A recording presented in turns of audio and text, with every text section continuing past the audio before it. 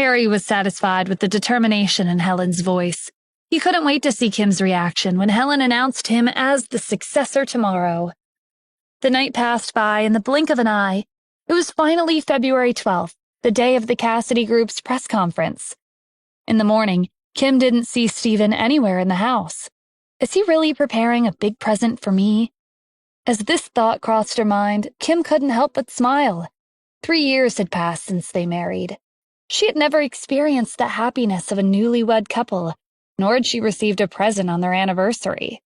That was why she looked forward to what Stephen had prepared for her. As the hours passed, Stephen was still nowhere to be found.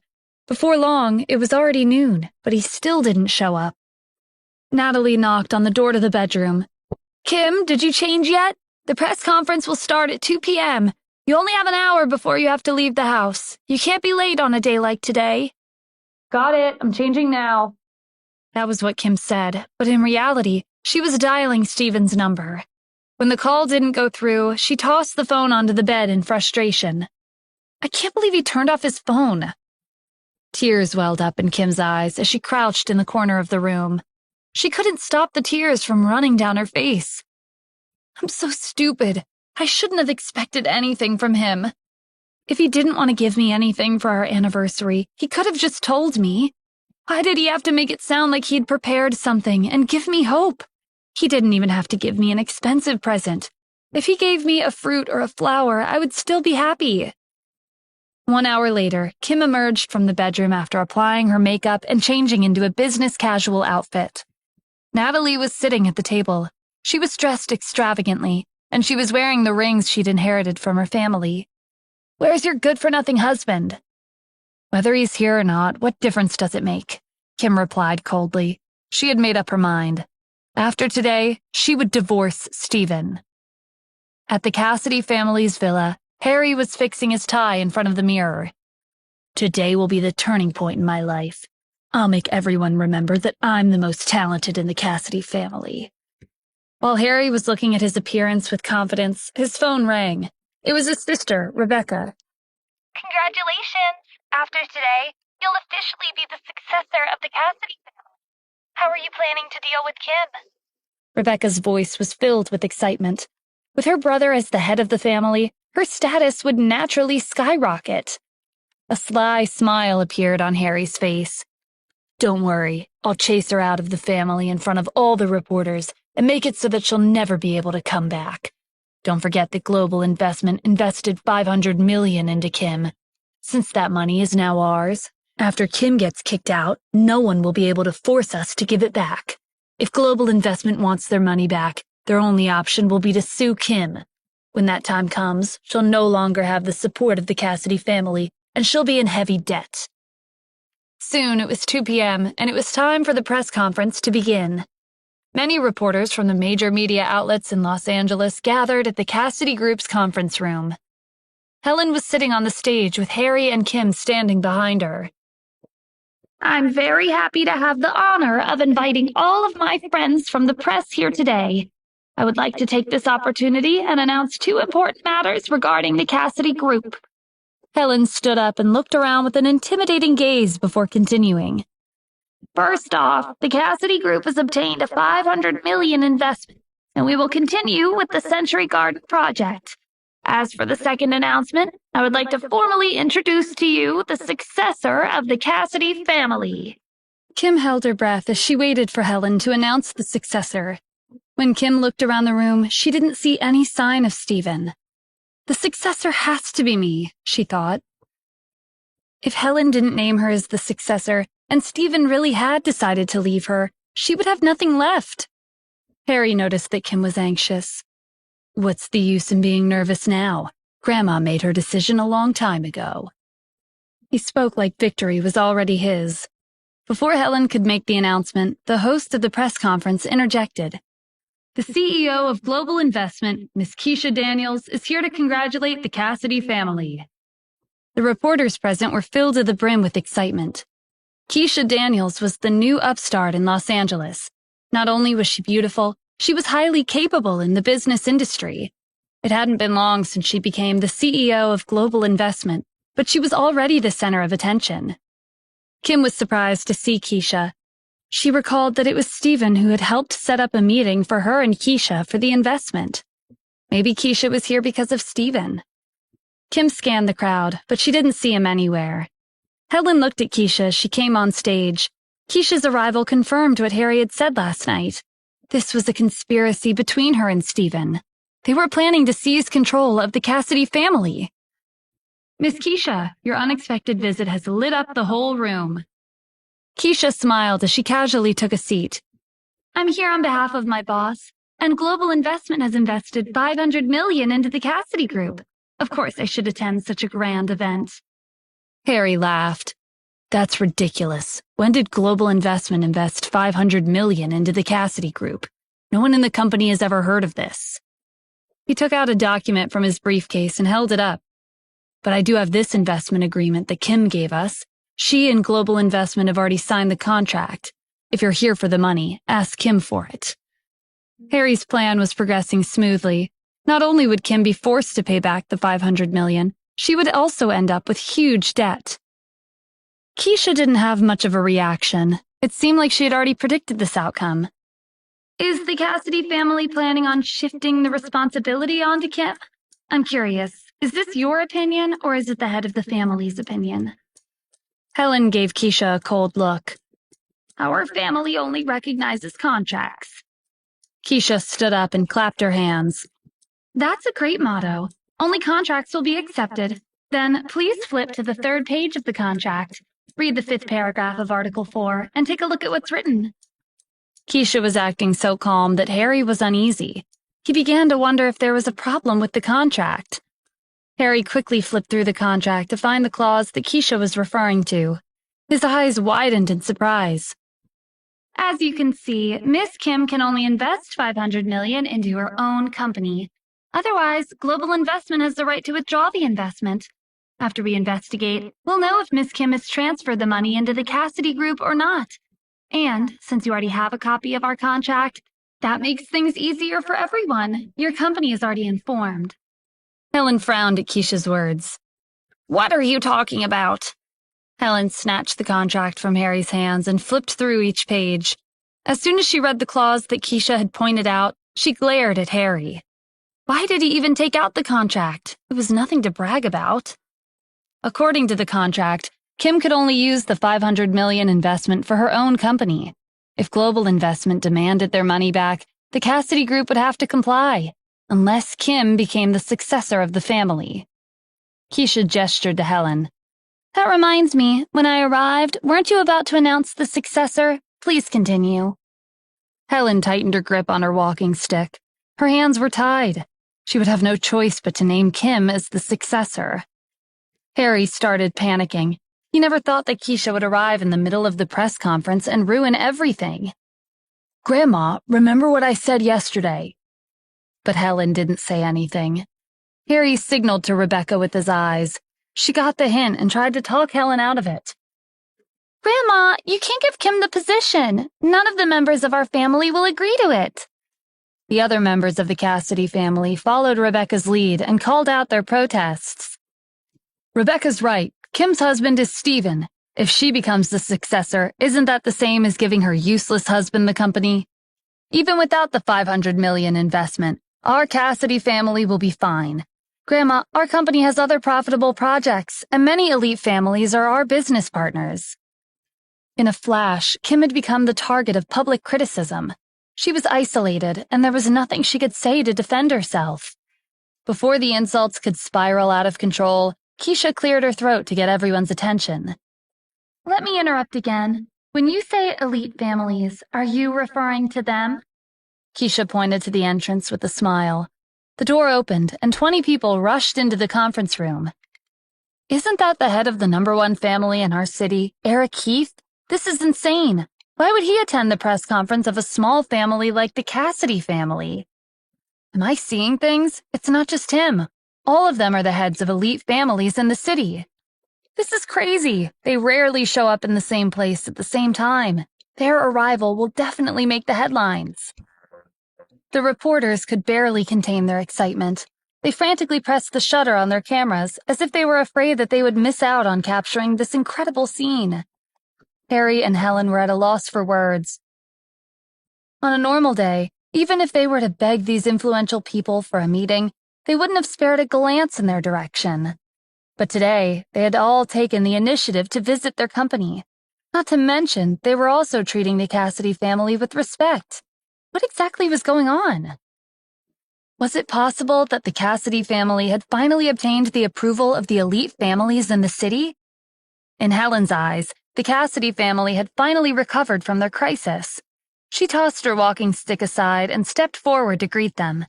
She was afraid of being rude and missing the chance to welcome them. Contrary to Helen's expectations, all of them pretended like she was invisible. They walked past her and hurried over to Kim like they were afraid that they would be one step too late. They immediately congratulated Kim and expressed their wishes to ally with her and the Cassidy group. Miss Kim, I'm Eric Keefe. Congratulations on becoming the successor of the Cassidy family. Starting today, my family and I would like to become partners with the Cassidy group. My family would also like to partner with your company. I know your position hasn't been officially announced yet, but if you don't end up becoming the successor, I'll be really disappointed. Miss Kim, I came today with a $200 million contract to congratulate you. Kim was in disbelief. She didn't recognize any of these people. Were they perhaps mistaking her for someone else? Suddenly, Kim came to a realization and looked at Keisha. Keisha noticed her gaze and smiled faintly. That was all the confirmation that Kim needed. Her mysterious patron was helping her, but why? Keisha went over to Helen and provoked her. Do you see it now? Everyone wants Miss Kim to be the successor. You won't let them down, right? Or do you think your family is more powerful than the elite families in the city? As if on cue, the heads of the elite families turned to Helen. There was a warning look on their faces, as if they were daring her to name someone other than Kim as the successor. It had only been 10 minutes since these 20 people arrived, but Helen looked like she'd aged 10 years. She took a deep breath and made her announcement.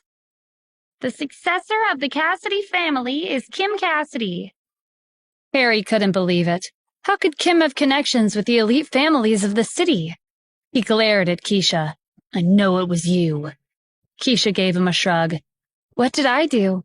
You're overestimating me. They're just doing what my boss told them to do. Who exactly is he? You don't deserve to know. Keisha turned away from Harry and faced the crowd.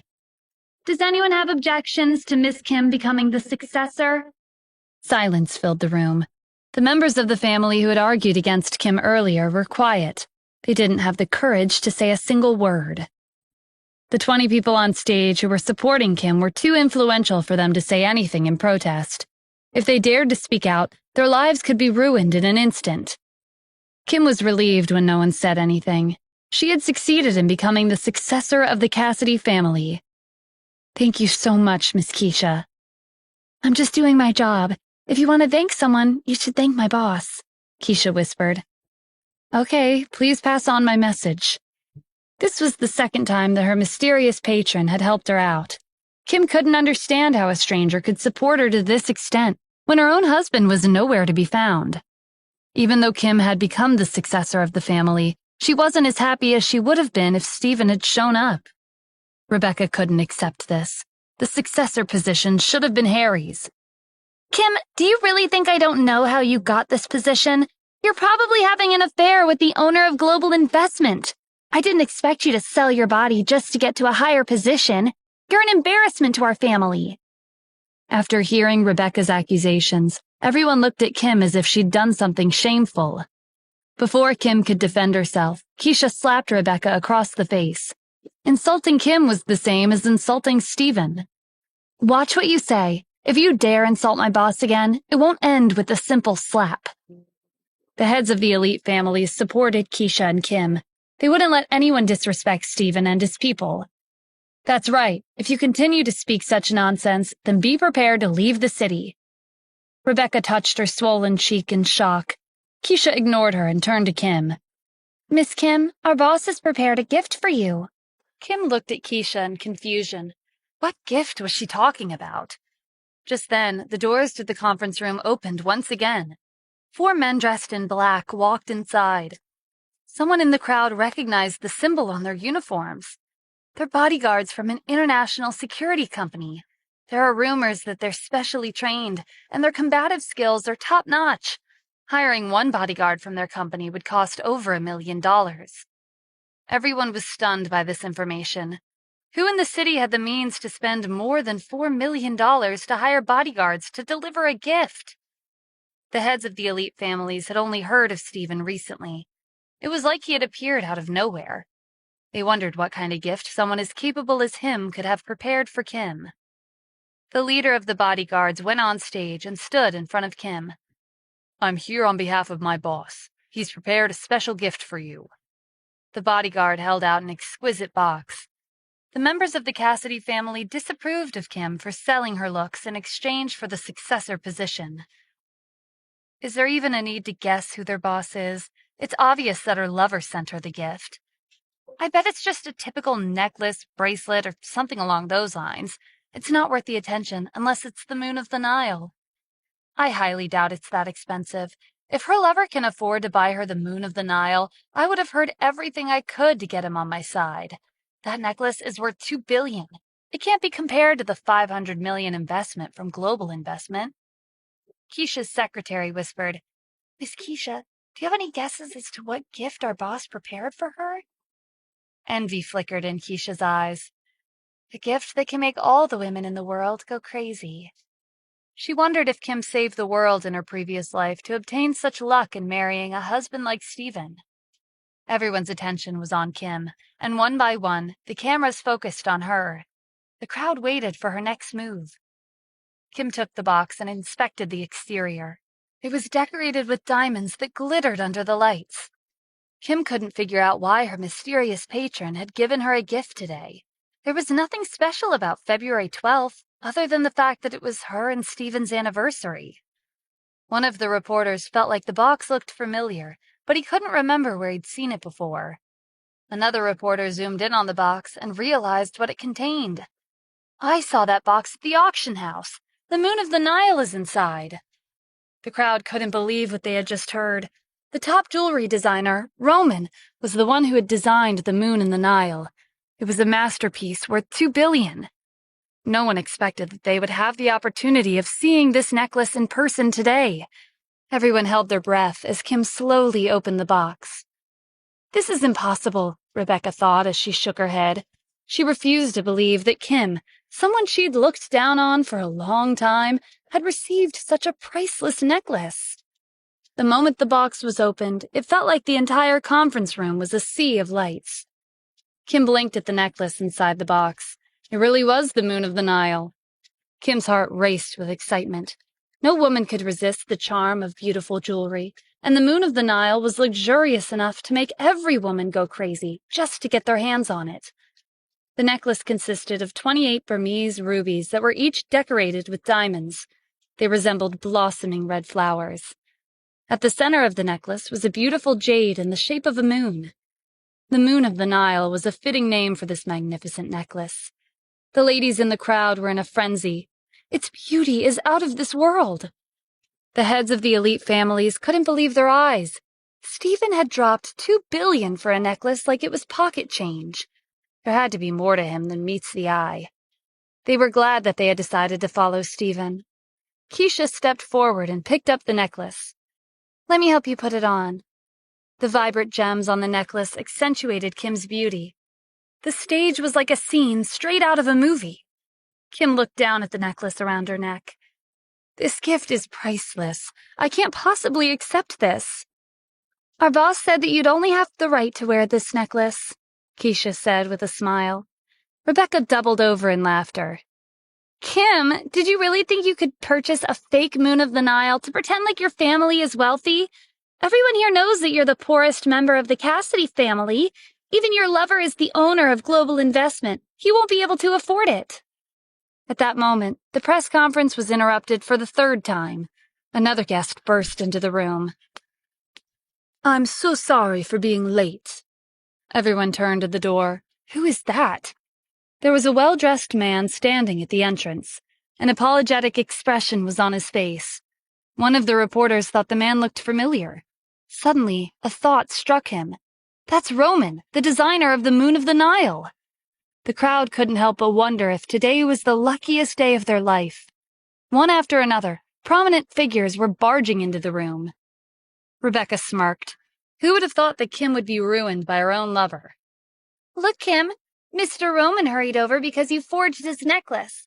Let's see how you plan to clean up your mess. Without waiting for Kim's response, Rebecca rushed over to him.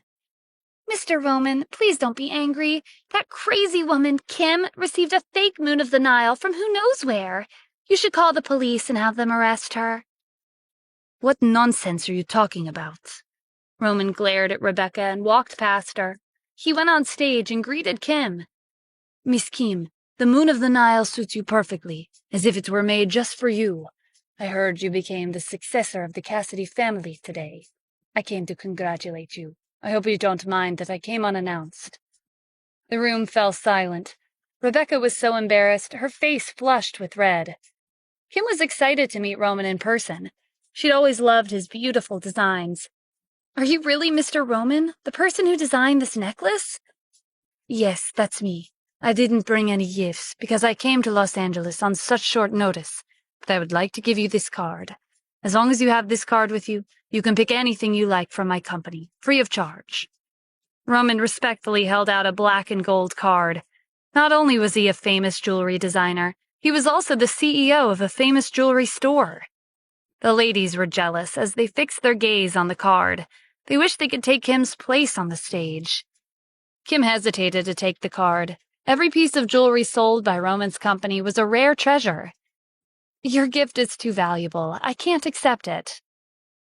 Roman looked nervous when Kim rejected his card. He knew that the person who had won the bid at the auction house for his necklace had connections with the Grand Palace Master. He couldn't afford to get on the bad side of the palace. Miss Kim, please accept this. Otherwise, I'll have no choice but to get on my knees. When Kim didn't say anything, Roman bent down. Just as he was about to kneel, Kim stopped him and took the card. Wait, there's no need for that. I'll accept your gift. Roman thanked her before hurrying out of the room, as if he were afraid that she would go back on her word. Just who are you? Rebecca exclaimed.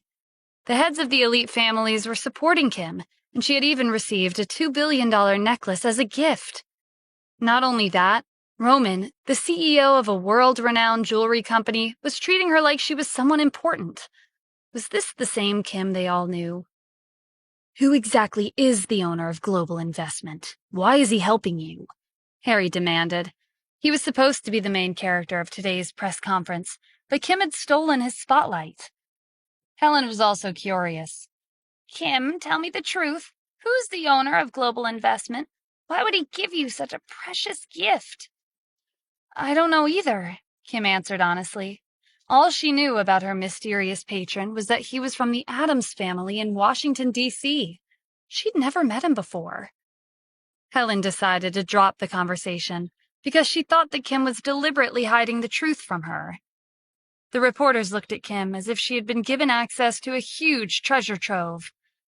It was worth it to come all the way here today. I thought the press conference of a small family wouldn't be that interesting, so I almost didn't come. Me too. Today's news can be compared to a year's worth of news. Everything that happened will make the headlines. My heart is pounding just thinking about it. I wonder if today's surprises will end here. Keisha held Kim's arm and whispered, "Please follow me. My boss has one last gift for you." Kim's eyes widened. There's more? Keisha noticed Kim's hesitation, so she tried to persuade her. Yes, I hope you can come with me. It's better if you see it in person. Kim thought it over and decided to go. She hoped that she'd be able to meet her mysterious patron later and return the Moon of the Nile to him. The reporters exchanged a glance as they watched Kim and Keisha leave the conference room. My sixth sense tells me that there will be more news waiting for us if we follow them. Then what are we waiting for? Let's go! In an instant, the reporters rushed out of the room. Eric turned to the other head of the elite families. It's been a while since it was this lively. Let's go with them.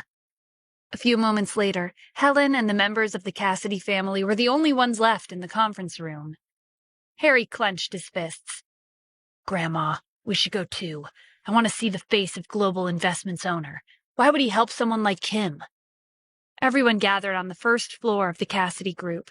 One by one, Rolls-Royce Phantoms pulled up in front of the company in an orderly fashion. Keisha led Kim to the first car. Please get in.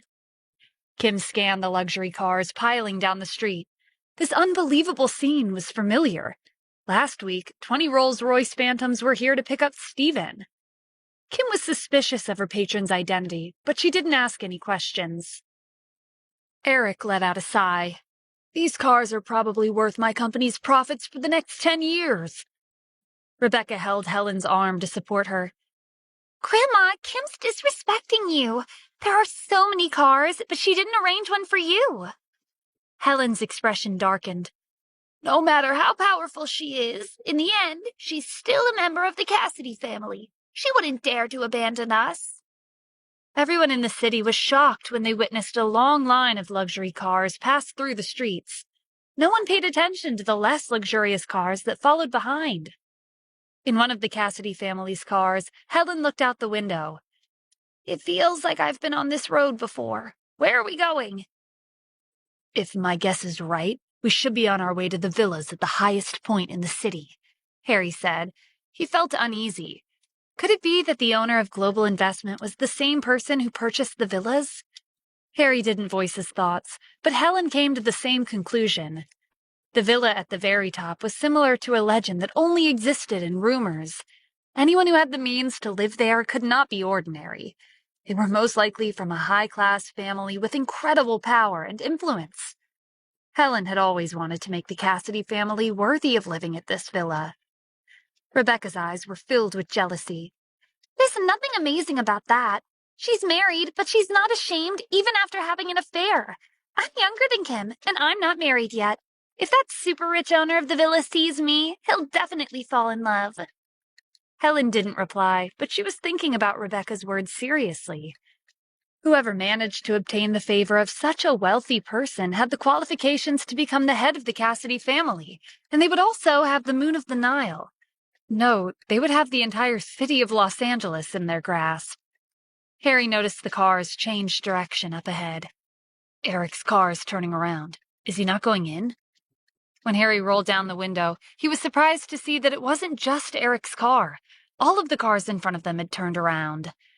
In the car, Eric rolled down the window and spoke to the other heads of the elite families. This is so unexpected. A few days ago, this was our home, but now it's hard to even enter. Everyone heard Eric's voice, and they understood the situation. They were denied entry by the new owner of the villas.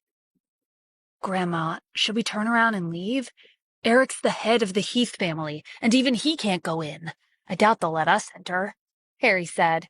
He felt like there was suddenly a huge gap between him and Kim. Helen slammed her walking stick on the floor. That's nonsense. I'm not like the rest of them. I'm Kim's grandmother. She wouldn't dare to refuse me. As long as I'm alive, she has to listen to me. Helen was confident that Kim wouldn't turn her away at the gates.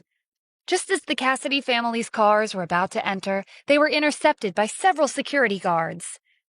The owner has ordered that no one is allowed to enter. Rebecca stepped out of the car. But I just saw Kim going in. Only Miss Kim and her family, along with Miss Keisha, are allowed to enter. Helen used her old age to her advantage. Excuse me, I'm Kim's grandmother. If you refuse to let me in, you'll be disrespecting the elderly. The security guards didn't budge. Regardless of your age and your relationship with Miss Kim, you are nothing more than an outsider. Meanwhile, in one of the luxury cars, Kim was looking at the scenery outside the window. Miss Keisha, why did you bring me here? Keisha flashed a smile. You'll know very soon. Not too long after, their car stopped at the entrance of the villa at the very top. Miss Kim, this is the last gift from my boss. This villa is all yours. Kim was shocked beyond words. Ever since she was a little girl, living in one of the villas at the highest point in the city had been her dream. And now, not only was her patron giving her one of the villas, it was the villa at the very top. Kim had never told anyone about her dream, except Stephan. Where did her super-rich patron hear about it? Keisha could tell that Kim was doubtful, so she took out a folder and gave it to her. It's true, but if you don't believe me, please take a look at this document. Kim was suspicious as she opened the folder. As soon as she took out the document, her heart skipped a beat. The very first page stated, Kim Cassidy is the property owner. Kim couldn't believe her eyes. Her mysterious patron seemed like he could make anything happen. Miss Keisha, when did I become the owner of this villa? Why didn't I know about this? Miss Kim, the only thing you need to know is that this villa is yours. No, I can't accept this. Please return this certificate to your boss. I'll be leaving first, Kim said as she put the document back into the folder. It was her dream to live here, but she wanted to obtain the property certificate through her own efforts. If she accepted the certificate, it would be the same as her receiving the villa for free. Moreover, she was Stephen's wife. She couldn't accept such a lavish gift from a man she didn't know. Regardless of the issues in their marriage, she would be faithful to Stephen no matter what.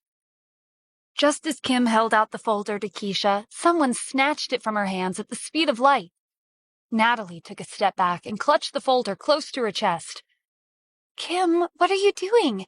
This villa is priceless. Not just anyone can live here. The reason Natalie could enter the gates was because Stephen had shown pictures of his family to the security guards. He had instructed them to let them pass if they saw them. Mom, this isn't ours. You can't take the certificate. Kim tried to dissuade Natalie, but she was determined. I don't care. Your name is on the certificate, so this house is ours from now on. As long as their family lived in this villa, no one would dare look down on them. Kim and Natalie were at an impasse, so Keisha decided to intervene. Miss Kim, how about we go inside and take a look? There's a digital keypad on the door. As for the passcode, my boss said that you would know what it is. This piqued Kim's curiosity. She walked away from Natalie and went to the keypad. I know the passcode? Natalie was nervous as she stared at Kim. She was worried that if Kim pressed the wrong numbers, they would lose the villa. Who's your boss?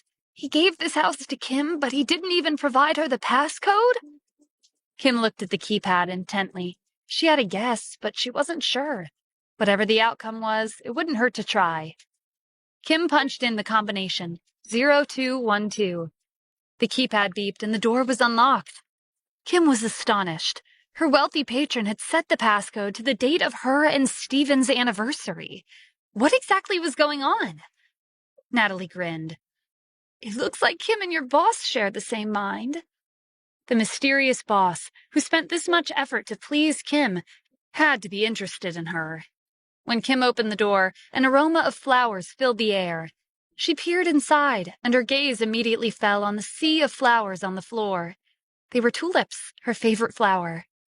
Kim felt she was walking into a beautiful fairy tale. The fragrance of the flowers was intoxicating. Did your boss arrange this room? Yes, Keisha replied. She was moved by Kim and Stephen's romance. Piano music started playing in the room. It was her favorite composition from Chopin. Did your boss also choose the music? Keisha didn't know why Kim was asking these questions. Yes, he did. Kim walked around the room. She was brimming with excitement. Everything was falling into place. Today was her and Stephen's anniversary, and her mysterious patron had specifically chosen today of all days to give her a gift. Not to mention, her patron had helped her out several times before. Her patron could only be one person. These tulips, this piano piece, the style of the couch, the color of the curtains, and the murals on the walls. Even the tiles on the floor are in my style. I have one last question. I hope you can answer me honestly. Kim turned around and looked Keisha in the eye. Is your boss Stephen Adams? Keisha covered up her panic with a smile. Stephen Adams? Isn't he your husband? How could he be the owner of Global Investment?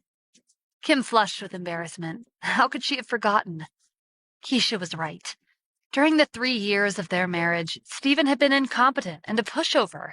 He had never given her anything for their anniversary. How could he be a wealthy owner of 21 villas? Okay, Miss Kim, don't think too much. When the time is right, my boss will come find you. Who knows, maybe he's someone right by your side. Keisha's heart was pounding. This wouldn't be considered as exposing Stephen's identity, right? Anyway, I have something else to do, so I'll be leaving now. After Keisha left in a hurry, Natalie pulled Kim to the couch. Tell me the truth. Who's the owner of Global Investment? These villas are worth $2.3 billion in total, and he bought all of them. Isn't this a sign that he's interested in you?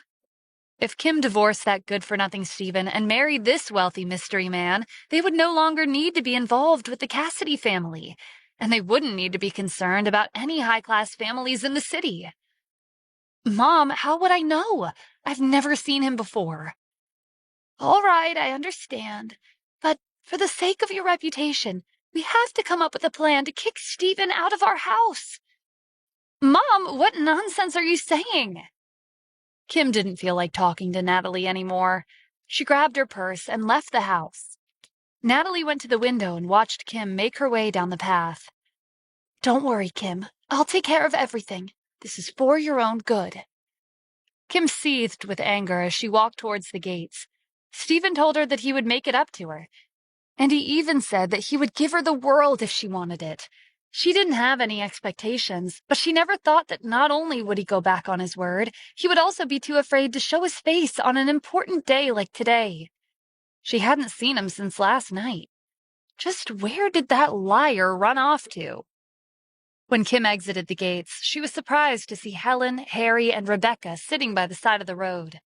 Their fancy outfits made them look out of place. The moment Rebecca saw Kim, she stood up and ridiculed her. Kim, you're finally here. Now that you're the successor, are you tossing your family aside?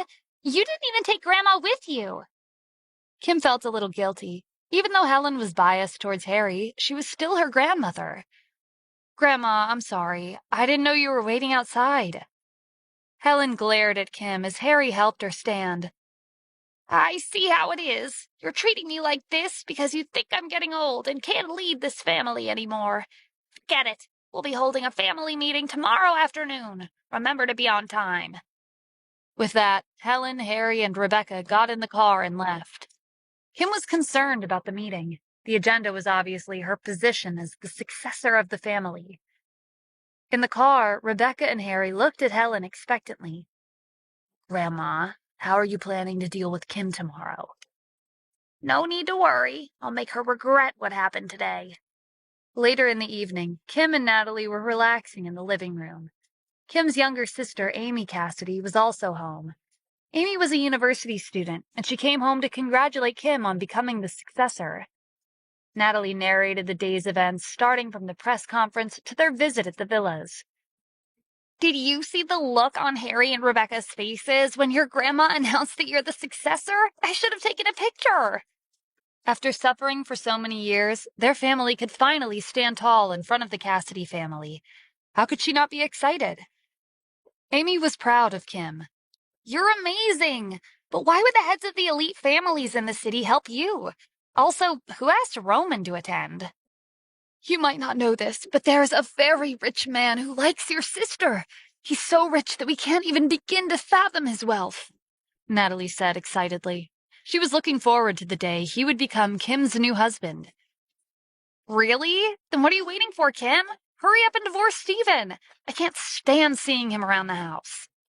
While they were talking about Stephen, his voice came from the door. I'm back. Awkward silence filled the room. Natalie cleared her throat. Why are you shouting? Are you afraid that our neighbors don't know that Kim has a husband like you? Amy looked at Stephen with disdain. Didn't you tell Kim that you were going to give her a gift? What happened to that? Why haven't we seen a glimpse of this so-called gift yet? Stephen pretended like he didn't hear her. It wasn't the right time to reveal his identity. I'll go prepare dinner. Stephen took off his shoes and headed to the kitchen. Stop right there! Amy ran up to him and blocked his path. Today's your anniversary. Don't tell me you didn't prepare anything. Amy, watch your words, Kim said. Maybe Stephen really had prepared a gift for her. Maybe he wanted to give her a surprise. Kim looked at Stephen with a trace of expectation in her eyes, but her heart sank when she saw the helpless look on his face. Natalie started scolding him. You shameless man! You're always freeloading off of us. You couldn't be bothered to prepare something for your anniversary, and you were nowhere to be found when the Cassidy family was bullying Kim at the press conference. And you're only coming back now when she's become the successor? Do you even have a conscience? After knowing that a wealthy man was interested in Kim, Natalie felt like Stephen was even more incompetent than before. Even though Kim was angry, she didn't want to see Natalie scolding him. She hurried over to his side. Mom, calm down. Maybe Stephen has his reasons. Why are you getting so worked up? Is something the matter? Are you really asking me that? Don't think I don't know what happened at the company last week. This husband of yours declared that he would make it up to you, but he hasn't done anything. Even your anniversary doesn't mean anything to him. Kim, don't be swayed by his empty promises. You should just divorce him. As long as Kim divorced Stephen, she'd be able to marry the wealthy owner of Global Investment. Natalie couldn't wait to have a new son-in-law who wasn't Stephen. Amy agreed with her. Mom's right. Just divorce him. I want that super rich person to be my brother-in-law instead. Kim glared at Amy and Natalie. Be quiet. Don't bring up divorce in front of me again. It doesn't matter what you say. I won't divorce Stephen. Even though Kim had thought about divorcing him this morning, it was the fact that he had always been by her side for the past 3 years. And no matter how many times he was criticized or insulted, he never complained. She was a little disappointed in Stephen's cowardice, but as long as he didn't betray her, she would never divorce him. Amy couldn't accept this. She had always considered Kim her role model. Having a husband like Stephen was unacceptable. Kim, besides Stephen's looks, how can he possibly match up to you? He doesn't have a stable job, and he only knows how to live off of us. Do you really want someone like him as your husband? Regardless of what Stephen was like and whether he fulfilled his promises or not, Kim was more concerned that he still wasn't standing up for himself. When Stephen reached out to hold her hand, she pulled away. Stephen's heart clenched as he fell silent. After a pause, he turned around and faced Natalie. Mom, it'll take me at most half a year. I swear I'll become a son-in-law you'll be proud of. He would need half a year to prepare everything. When the time came, he would reveal his identity and make sure that no one looked down on Kim ever again. Don't call me Mom, Natalie said. She didn't know what Stephen meant by half a year, but she was already planning to kick him out in a month. The owner of Global Investment was more worthy of her daughter. Amy wasn't about to let Stephen change the topic. Fine, we all heard your promise. Don't go back on your word. Anyway, I asked if you prepared a gift for Kim. Yes or no? Tell us your answer. Everyone's gaze was on Stephen as they waited for his reply. Kim, I've actually already given you your gift. When the time is right, all of you will know what it is. Without another word, he went to the kitchen to prepare dinner. What did he give you? Amy asked curiously. Kim didn't have an answer. She hadn't seen Stephen all day. When could he have possibly given her a gift? It seemed like the only thing he'd learned all those years was how to lie. The next morning, Amy left right after breakfast to prepare for her lecture at the university. As for Natalie, it seemed like she was also busy, because she'd already left the house when everyone woke up. Kim and Stephen were having breakfast at the table. There's a family meeting today at the company. Come with me. Did something happen? Stephen asked, but he knew that it was because there were many people in the Cassidy family who weren't pleased that Kim had become the successor. It's obviously because of my position. I wonder if they're planning on forcing me to hand over the Moon of the Nile or the villa, or maybe they want something more important than those two things. Don't worry, Kim, it'll be fine. Stephen wasn't worried. Even if Kim were to hand over the necklace and her new house, he wouldn't let anyone touch them. After breakfast, Stephen sent Jack a text message before going to the sink to wash the dishes. When they arrived at the Cassidy Group's conference room, Harry came over to mock them. Hey, I didn't expect a coward like you to show your face in front of the family. The other members of the family joined in. They couldn't criticize Kim anymore, so they could only vent their anger on Stephen. Didn't you promise to make it up to your wife? Where were you yesterday? You don't understand. Because that piece of trash didn't make his move, someone else did it instead. Didn't you see those gifts yesterday? They're priceless. I'm not even surprised. Stephen lives off of his wife, so what could he have given her anyway? Stephen didn't have a reaction. Their criticisms fell on deaf ears. "Is that all? If so, move aside. I want to take my seat." Harry smirked as Stephen and Kim made their way past the crowd and sat down. "Just you wait. The moon of the Nile and the villa, everything will belong to me eventually," Harry thought. A short while later, Helen entered the room. "Is everyone here? First, I would like to say that yesterday's press conference was a success. It was unexpected, but many influential guests attended. However—" Helen paused and looked around the room. When her gaze fell on Kim, her eyes flickered with animosity. However, yesterday's press conference also made it apparent that the Cassidy family and the elite families of the city are worlds apart. Therefore, I've decided to make our family stronger.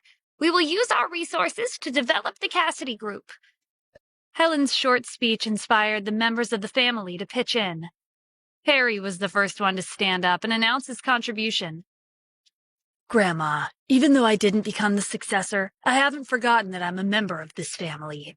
I would like to support the development of the Cassidy Group and donate all of my assets. They're worth more than $20 million. When Harry sat down, he gave Kim and Stephen a complacent look. The rest of the family chimed in. "The survival of the Cassidy family is imperative. I'll also be donating my assets. They're worth $10 million.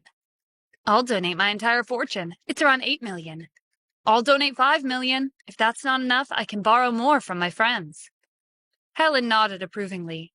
"Great. As expected of my Cassidy family." "Grandma, hold on," Harry called out. "There seems to be someone in our family who hasn't said anything yet. Am I right, Kim?" Harry smirked when everyone turned to Kim. It would only be a matter of time before she fell into his trap. Kim was embarrassed when Harry called her out. "To tell you the truth, I don't have that much money." After yesterday, her total assets had increased significantly, but they consisted of a necklace and a villa. She didn't have anything that could be converted to cash because she was planning on finding an opportunity to return them to her patron. Helen and the rest of the family, with the exception of Stephen, were filled with righteous indignation. Harry took a chance to lecture her. "What do you mean you don't have money? It was only yesterday when you became the successor. You're not dedicated to this family at all. Do you not want to donate them to the family because of your greed?" Helen nodded in agreement. "Harry's right, Kim. The family is in trouble. Since you've the means, you should support us as best as you can. Also, you're the successor now. In the future, the Cassidy family will belong to you. Can't you do this much for your family?" Kim didn't know what to do. She'd already expected that Helen and Harry would force her into a corner. She didn't have assets of her own to help the family. If she didn't give up the necklace or the villa, she would lose the trust of the Cassidy family. Stephen looked at his watch and smiled. It was almost time. In the next second, someone burst into the conference room. It was one of the bodyguards from the international security company who had attended the press conference yesterday. The bodyguard held out an envelope to Helen. "This letter is for you." After she took the envelope, the bodyguard left. Helen was suspicious as she opened the letter. As soon as she read the contents, she crumpled the paper and threw it on the table. Helen glared at Kim. "Just leave." Kim didn't know what was written on the letter, but since the bodyguard from yesterday was the one who'd delivered it, she knew it was from her patron. But how did he know that her family would try to coerce her into giving up the necklace and the villa? Whatever the reason was, that wasn't important right now. Kim motioned to Stephen, and they both left the conference room before anyone could object. "Grandma, what happened? Kim was just about to give in. Why'd you let them go so easily?" Rebecca asked. Just a second longer, and she would have had the chance to live in a fancy villa, and she also would have been able to meet the wealthy owner of Global Investment. "Grandma, what's written on the letter?" Harry asked. When Helen didn't respond, he picked up the crumpled paper and smoothed it out on the surface of the table. There was one sentence written on the paper. "No one is allowed to touch my gifts." "I didn't expect him to protect Kim to this extent," Harry said through clenched teeth. Helen contemplated their next course of action. Their main problem was this mystery man. Kim would be nothing without his help. "Rebecca, if there's a chance for you to meet the owner of Global Investment, how confident are you in winning him over to your side?" 80%, Rebecca declared confidently. Even though everyone supported Kim yesterday, the owner of Global Investment never showed up. How do we know for sure that he's interested in Kim and not someone else? For example, me. After all, Kim's been married to Stephen for 3 years. Rebecca was making a wild guess, but she was confident in her appearance. Even though Kim was slightly more attractive, her figure was better than Kim's. Helen made up her mind. All right, I'll put aside my pride and visit Kim's place tonight. 1 hour later, Kim and Stephen spotted an armored transport car parked at the entrance outside their house while they were on their way home. There were also dozens of people dressed in uniform standing guard. Kim was worried that something had happened. She hurried over to the group and explained that this was her house. After the group verified Kim and Stephen's identities, they'd allowed them to enter. "Mom, what happened?" Kim asked as soon as she opened the door. To her surprise, Natalie was safe and sound, and she was all smiles as she chatted with her 2 guests. When Natalie saw Kim at the door, she ran up to her. "You're finally back. Did you see the armored car in front of the house? Doesn't it look intimidating?" "Mom, what are you doing?" Kim asked impatiently. "What does it look like I'm doing? It's all for you." When Natalie made eye contact with Stephen, who was standing behind Kim, she grabbed Kim's arm and pulled her to the living room. "I invited the president of a bank and a lawyer today. Let me introduce you to them." Kim had no idea what Natalie was planning, but she mustered a small smile and greeted them. "Hello, Miss Kim. Our bank provides excellent security services. If you leave the Moon of the Nile with us, we'll guarantee its safety," the president of the bank said. Kim suddenly understood the situation. This explained why the armored car was in front of their house. "Mom, I'll take care of the necklace myself, so don't worry about it," Kim said as she headed to her room. A lot had happened yesterday and today, so she wanted some peace and quiet. "Wait, we're not done talking. You know how valuable that necklace is. It's worth $2 billion. That's an astronomical amount of money. If it were just our family in the house, there wouldn't be a problem. But there's also a shameless and greedy person living with us right now." Natalie stared at Stephen as she spoke. Her voice was full of disdain. Kim turned around and challenged her. "Who are you talking about?" "Who else could it be? I'm talking about Stephen. Look at his shifty eyes and his relaxed attitude. Even though he's your husband, at the end of the day, he's an outsider. We have to be careful." Kim was frustrated with Natalie's false accusations. "Mom, Stephen's not like—" Just as Kim was about to speak up for Stephen, he pulled her on her sleeve. "It's okay, just let her do what she wants. It's true that the necklace is valuable. It'd be safer to leave it at the bank." Stephen understood why Natalie was being cautious, but he was the one who gave Kim the necklace in the first place. There was no way he'd steal his own gift, or anything from Kim for that matter. Kim took a deep breath to calm down. "Fine, I'll do as you say." Kim gestured to the lawyer. "What about him? Why is he here?" Natalie was pleased that Kim was willing to compromise about the necklace. It was time to move on to the next order of business. "He's here with a contract. It's important to be clear-cut about your assets since you're married." Natalie had invited the lawyer here to make Kim and Stephen sign an agreement. The contract stated that Kim had full ownership of her assets. They belonged to her, not her husband. Kim was even more upset than when Natalie suggested the possibility of Stephen stealing the Moon of the Nile. He had worked hard all of these years, but Natalie was keeping tabs on him like he was a thief. Kim tried to talk to Natalie calmly.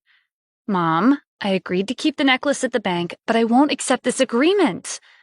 "Why do you have so much faith in him? Kim, don't be fooled by his good looks and his empty promises. He's been with us for 3 years, and he's never earned enough money to contribute. He lives here for free, and he also eats here for free. Don't forget that you're the future head of the Cassidy family.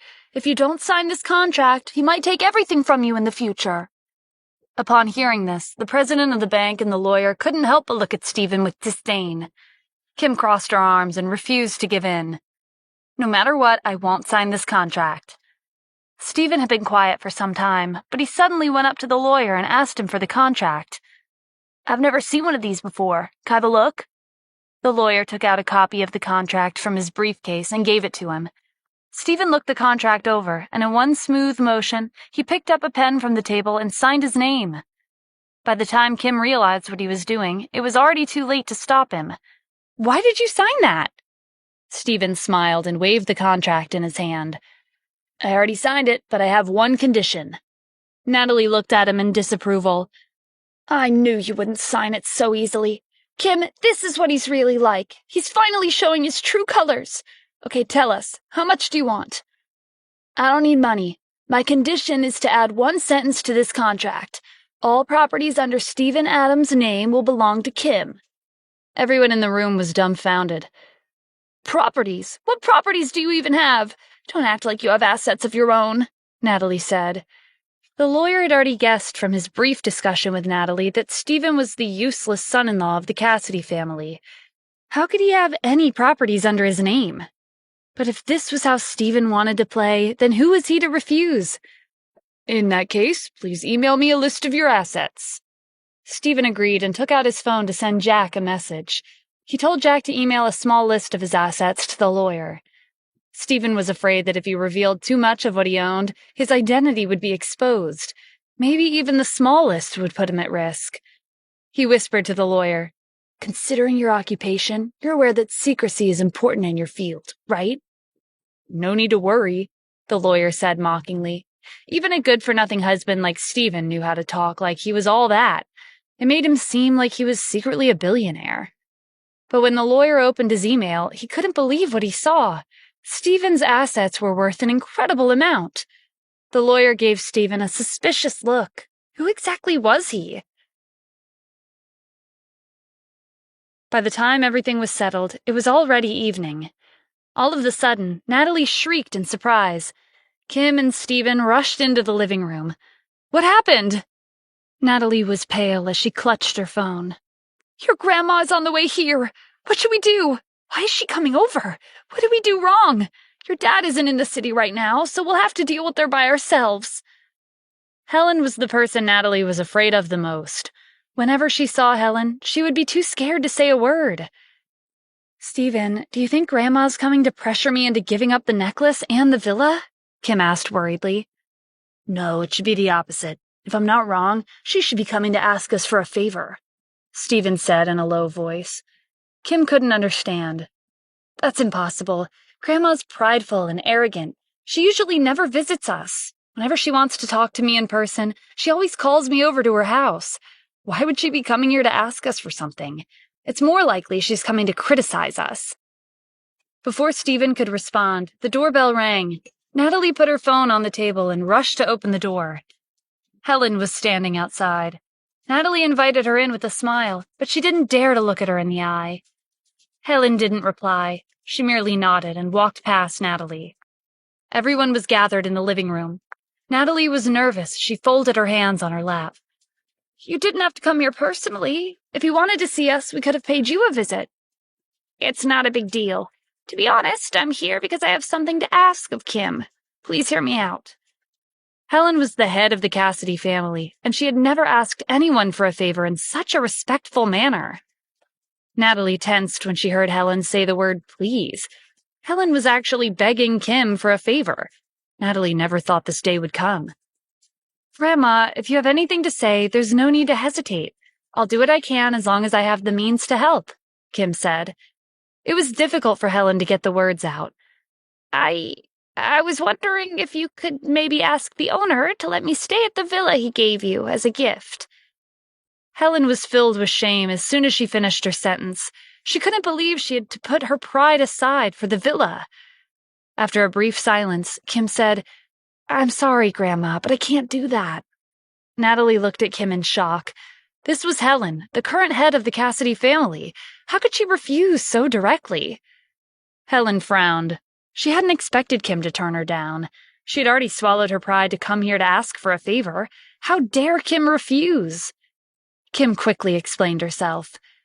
"Grandma, that villa isn't mine. I have to ask the owner for permission, and I've never met him before." Doubt was written all over Helen's face.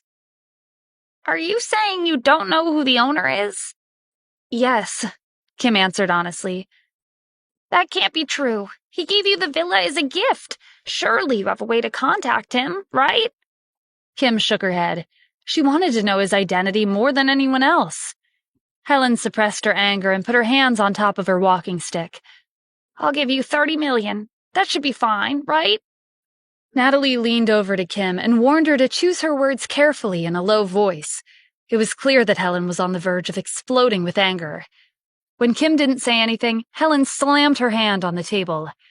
Kim, now that I've named you as the successor, do you think you could disrespect me just because I'm old? Kim bit her lip. No, that's not it. Good. As long as you agree to let me live there, the Cassidy Group's vice president position will be yours, Helen said through clenched teeth. She'd originally wanted to give Harry this position, but she didn't have a choice since Kim was dragging out the situation. Once Rebecca met the owner of Global Investment and won him over to their side, she would make Kim pay tenfold for the humiliation she suffered today. Stephen sent Keisha a short message. It's a deal.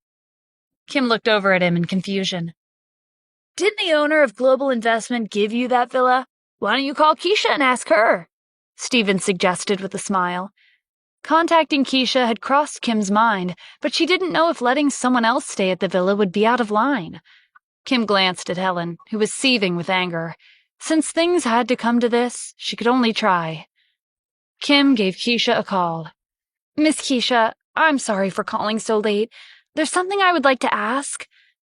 As Kim politely told Keisha her request, her face burned with embarrassment. It felt like she was begging Keisha for money.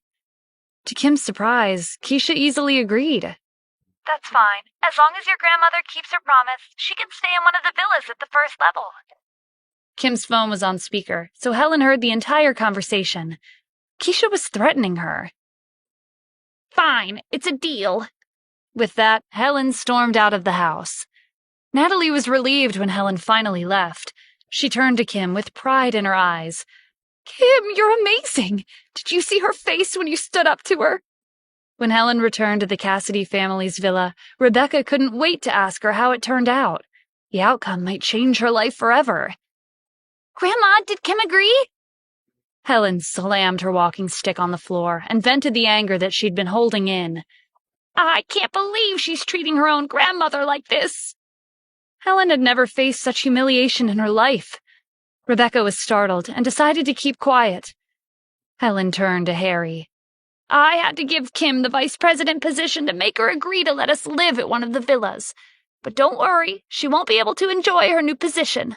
I'll make sure of that. For the past few days, Natalie had been telling Kim that she wanted to move into the villa at the highest point in the city. Kim was fed up with her persistent complaints and had no choice but to agree. Kim felt a little awkward as she discussed this with Stephen. Mom really wants us to move into the villa. What do you think? Stephen agreed with a smile. Sure, I don't mind. It'll be a nice change. Okay, we'll move tomorrow, Kim replied casually, but in her heart, she was somewhat disappointed. She was worried that suggesting to move into the villa that a wealthy business owner had gifted her would be a huge blow to Stephen's self-esteem and pride. But it seemed like her concern was unnecessary. As a matter of fact, it felt like Stephen didn't care at all. Maybe he didn't have self-esteem nor pride to begin with. Or maybe he just doesn't care about me, Kim thought with a sigh. Early the next morning, everyone was in a frenzy as they rushed to finish packing. Amy was also home to prepare for the move. She was absent-mindedly packing her things into bags. Kim noticed that something was bothering her. Is there something wrong? No, I'm just tired. I went to bed late last night. Kim watched Amy hide in the corner and pack her things. There was definitely something going on. They finished packing at noon. Aside from their valuables, everything else would be delivered by the moving company. When they arrived at the villa, the staff lined up and welcomed them. The staff had cleaned the villa and put up decorations for their move. The security guards were also waiting for them. They hurried over to help Stephen and Kim with their bags. Natalie was annoyed when the security guards ignored her. Do you need to get your eyes checked? Can't you see how many bags I'm carrying? To her surprise, the security guards pretended like they didn't hear her. They took Stephen and Kim's bags into the house. From the beginning until the end of the move, they didn't spare Natalie a single glance, as if she was invisible. Natalie glared at the security guards as they left the house. When I get the chance, I'll get rid of all of you, she thought. When the four of them were alone in the house, Natalie waved to Kim. gesturing for her to sit next to her. "Is this really our home?" "That's right," Kim said as she looked around. The home had been decorated according to her preferences. How did her patron know her so well? "Is that all you have to say? Tell me, do you and the owner of Global Investments have something going on? If not, why would he give you this house and the moon of the Nile?" "Mom, don't talk nonsense. I've never even seen him before." Kim subconsciously glanced at Stephen. She was relieved that he hadn't heard what Natalie said. "I don't care. The only son-in-law in my heart is the owner of Global Investment. Kim, he's treating you so well. Why aren't you getting divorced yet? What are you waiting for?" Before Natalie could continue, she shut her mouth when she saw the frustrated look on Kim's face. "Mom, if you keep talking nonsense, I'll return this house to him and we'll move out." Kim looked at Stephen apologetically. He gave her a shrug as if he didn't care. Kim was confused by his indifference. Shouldn't he at least be a little unhappy that they were living in a house from some other man? "Fine. If you don't want me to talk about it, then I won't," Natalie said. Even though she was giving in on the surface, she was secretly thinking about how to get rid of Stephen. As for Amy, she was in a much better mood than this morning. Their new house was luxurious and beautiful. "Mom, have you decided on the rooms yet? I want to know which room is mine." Natalie had already thought about their living arrangements a while back. She answered right away. "I'll be living in the master bedroom. None of you have any objections, right? I've worked hard for this family day and night." Natalie was happy when no one said anything. "Kim, the first room in the corridor is yours. The view is great. You can see the entire garden from there. Amy, you'll be in the room next to your sister." When Natalie looked at Stephen, her smile disappeared. "You've even followed us to this house. How shameless can you be? I noticed there's a small room near the balcony. You can live there." Kim was not pleased to hear that. The room near the balcony was much smaller than the other rooms in the house. The bed took up most of the space, and there was no room to put anything else inside. How was Stephen supposed to stay there? "Mom, what are you saying? There's another room available." Natalie looked at Stephen in disgust. He was blocking Kim's path to success. "So what? He should be grateful that he even has a room. I really don't know if he's stupid or just faking it. How could he have followed us here when he's never contributed anything to our family?" Stephen crossed his arms. "It doesn't matter where I stay, but shouldn't Kim stay in the master bedroom? What would the owner of Global Investment think if he came here to visit and found out that you took over her room?" Natalie was planning on arguing, but after thinking it over, she realized that his words made sense. The owner of Global Investments had given this house to Kim as a gift, so the master bedroom should be hers. Natalie was hesitant, but she decided to give up the master bedroom. Kim didn't care either way, but she couldn't ignore what Stephen said. He made it sound like he didn't care if the owner of Global Investment visited the house and lived with them. At this time, Helen, Harry, and Rebecca were moving into the villa at the first level. Rebecca was amazed by the interior. Their old house was like an abandoned barn compared to this place. Helen was satisfied. Even though this wasn't the villa at the very top, it was one of the villas at the highest point in the city nonetheless. "Grandma, the houses on the first level are already this nice. If we go further, wouldn't they be even more luxurious? Especially the house at the top," Harry said. He didn't bother hiding his greed. "There's no need to rush. This is just the first step. Sooner or later, that house will be ours. Anyway, Rebecca, have you thought about how to get close to the owner of Global Investment?" "Don't worry, Grandma. I already have a plan. I'll start tomorrow morning." Helen smirked as she touched the lion that was decorated on her walking stick. "That's good to hear. Rebecca will be in charge of winning that man's favor, while Harry will be responsible for the preparations. We'll take action after Kim becomes the vice president." The next morning, Natalie went out bright and early to buy furniture. Stephen, Kim, and Amy were the only ones at the breakfast table. Kim frowned when she noticed Amy's dark circles. "Did you not sleep well last night?" Amy stuffed a slice of bread into her mouth. "It's probably because we just moved. I was too excited to sleep." "Kim, I heard Amy talking to someone in the middle of the night. I think she's in a relationship," Stephen teased. Natalie wasn't home, so he didn't have to mind his words as much. Amy took a sip of water before slamming the cup on the table. Don't you know it's rude to eavesdrop on other people? Also, don't call me Amy. People will think we're close. I lost my appetite. I'm going to school. Amy grabbed her bag and left the house, slamming the door behind her. Kim gave him an apologetic look. She's been in a bad mood lately. Don't mind her. Stephen shrugged. He wasn't that bothered by Kim's unruly family. It's fine, I'm used to it. All right, it's time for me to go to work. If you don't have any plans today, stay home and tidy the house. As soon as Kim finished her sentence, she hurried out the door. Stephen chuckled as he brought the dishes to the sink. As expected, I'm the most idle person in this family. Just then, someone rang the doorbell. Stephen wondered who it could be. It was still early. He didn't think too much as he opened the door, but he didn't expect to see Rebecca waiting outside. Stephen sighed. Why is it you? Rebecca put her hands on her hips. She was wearing a low-cut, tight dress to accentuate her curves. What's with that look on your face? Are you disappointed to see me? Stephen didn't bat an eye at her revealing outfit. Why are you here? Without answering, Rebecca inched closer, but before she could lean against him, he took a step back. Rebecca stumbled and almost tripped on the doorstep. Stephen didn't know what tricks she had up her sleeve, but he didn't want to find out either. If you don't have anything to say, then please leave. Rebecca regained her balance and pretended like she wasn't embarrassed. Stephen, you don't know a good opportunity when you see one. I'm here to discuss a business deal with you. Stephen didn't have any plans today, so he supposed he could use his free time to figure out what Rebecca was up to. What business could we possibly have to discuss? I'm just a lowly son-in-law of the Cassidy family. Why would I tell you about it out in the open? Aren't you going to invite me inside? Rebecca brushed past him and took a seat on the couch. She was impressed by the luxurious furnishings. As expected of the villa at the very top, she thought. Stephen wasn't in the mood to entertain her.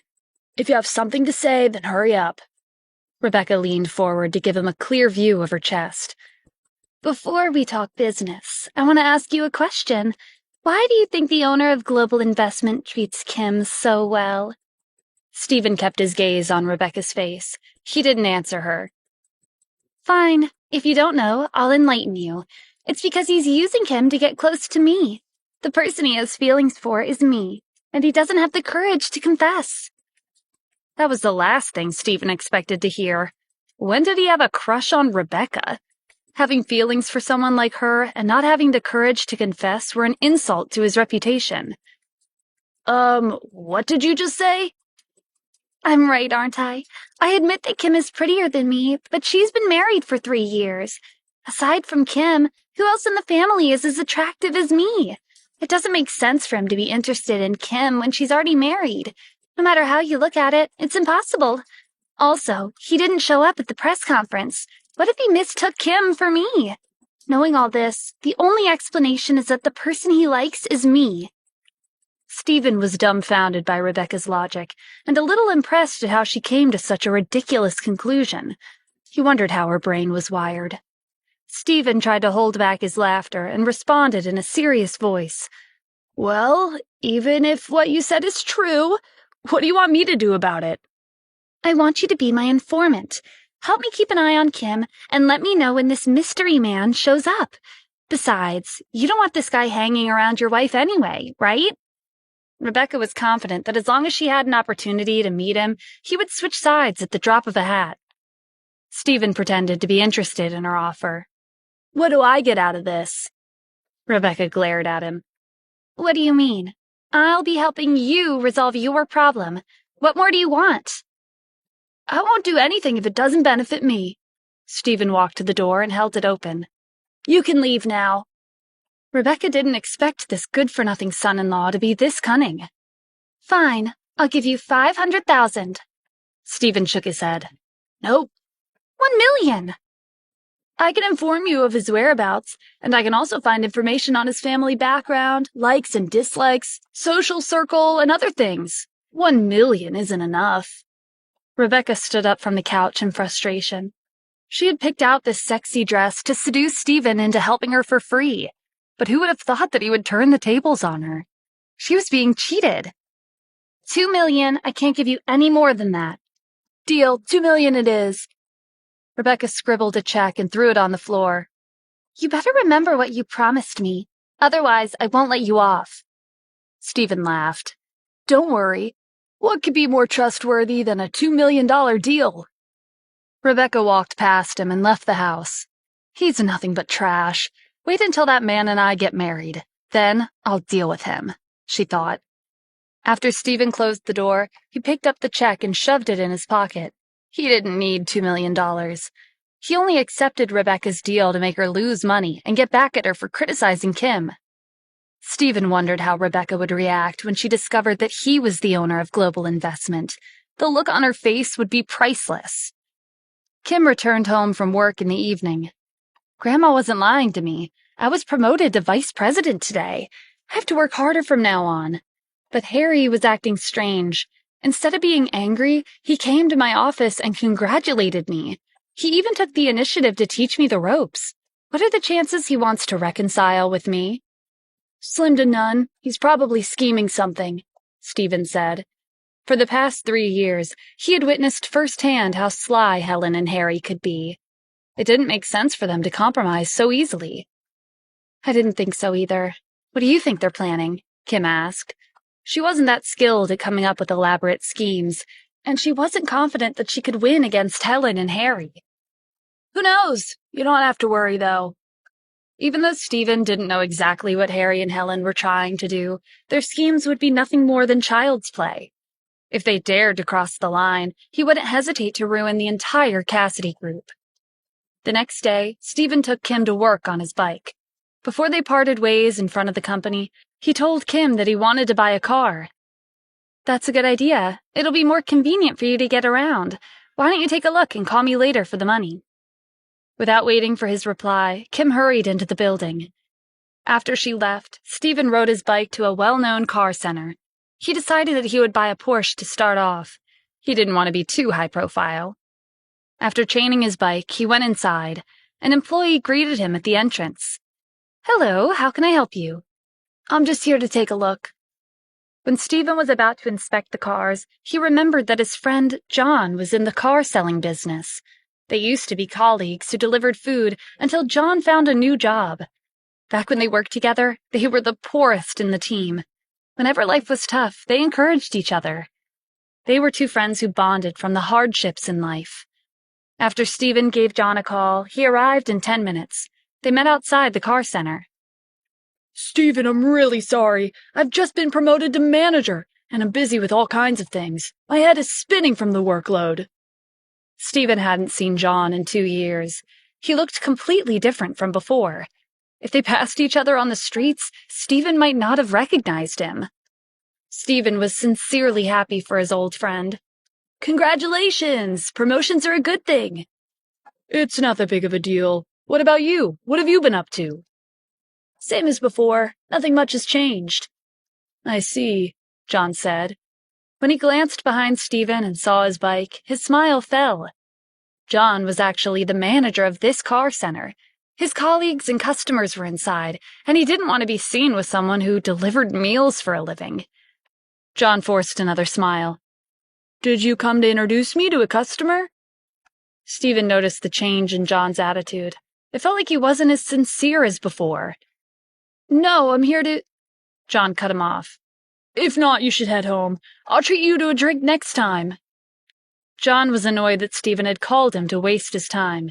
Just as he turned to leave, Stephen called out to him. Wait, I'm actually here to buy a car. John shook his head. He thought that was ridiculous. Are you serious? Do you know what kind of car center this is? Stop messing with me and leave. I don't have as much free time as you. Stephen didn't say anything. He walked past John and entered the car center. If John didn't want to help him select a car, then he would have to ask someone else. Stephen spoke to the same employee who had greeted him earlier. I'd like to see your selection. The employee nodded and asked him to follow her. Just then, John burst into the car center. Stop! The employee was startled to see her manager all of a sudden. She quickly greeted him. Sarah, how many times have I told you? You need to have a good eye for people. Our job is to sell luxury cars. Not just anyone can afford them.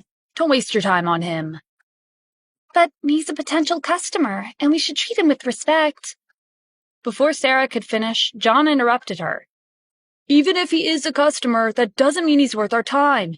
Do you know what he does for a living? He delivers meals. How can he afford to purchase one of our cars? Stephen frowned when John lectured his employee, even though she was just trying to do her job. Moreover, it seemed like he didn't care about keeping up pretenses anymore. John, are you sure you don't want to do business with me? Stephen, don't make me laugh. Do you know how much the cheapest car costs? $800,000. I'm a manager with a monthly salary of over $10,000. Even I can't afford the cars here. How would you, someone who delivers food for a living, have the money? Stephen let out a sigh. If he had known earlier how much John had changed, he wouldn't have called him here. And coincidentally, John was also the manager of this car center. Where's your boss? Tell him to come here. I want to talk to him myself. Are you here to cause trouble because you found out that I'm the manager of this place? If you have something to say, you can talk to me. Stephen couldn't be bothered to argue with John anymore, so he found a seat and sat down. I'll give you 3 minutes. If your boss doesn't show up, I'll make you regret it. 3 minutes isn't necessary. I'll make you regret it right now. John called a few security guards over. If Stephen wouldn't leave, then he would have no choice but to use force. Before anyone could make a move, the owner of the car center returned. What are all of you doing? John didn't expect his boss to show up and see this commotion. It's not serious. Someone's just causing trouble. I'll kick them out right away. John motioned to the security guards.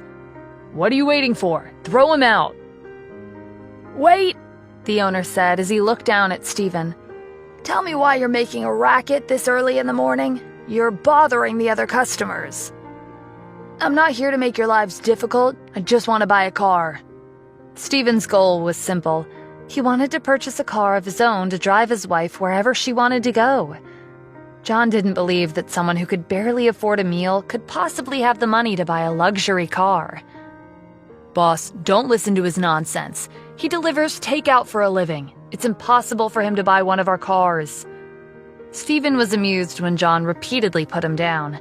It was clear that John didn't want to be acquainted with him anymore. Stephen looked up at the owner. I changed my mind. I don't want to buy a car. I want to buy your car center. John and the owner were at a loss for words. Besides Stephen, there were several other customers in the store. They had been minding their own business until they heard him say something ridiculous. Did I hear him right? Did he just say he wants to purchase this entire store? The cars alone are worth $90 million. What a pity. He's so young, but he's out of his mind. If he can't even afford one of these cars, how can he afford to buy the store? John recovered from his shock and laughed. Are you crazy? Do you know how much this car center is worth? It's an amount you can't even begin to imagine. Stephen ignored him and spoke to the owner. You're wasting my time.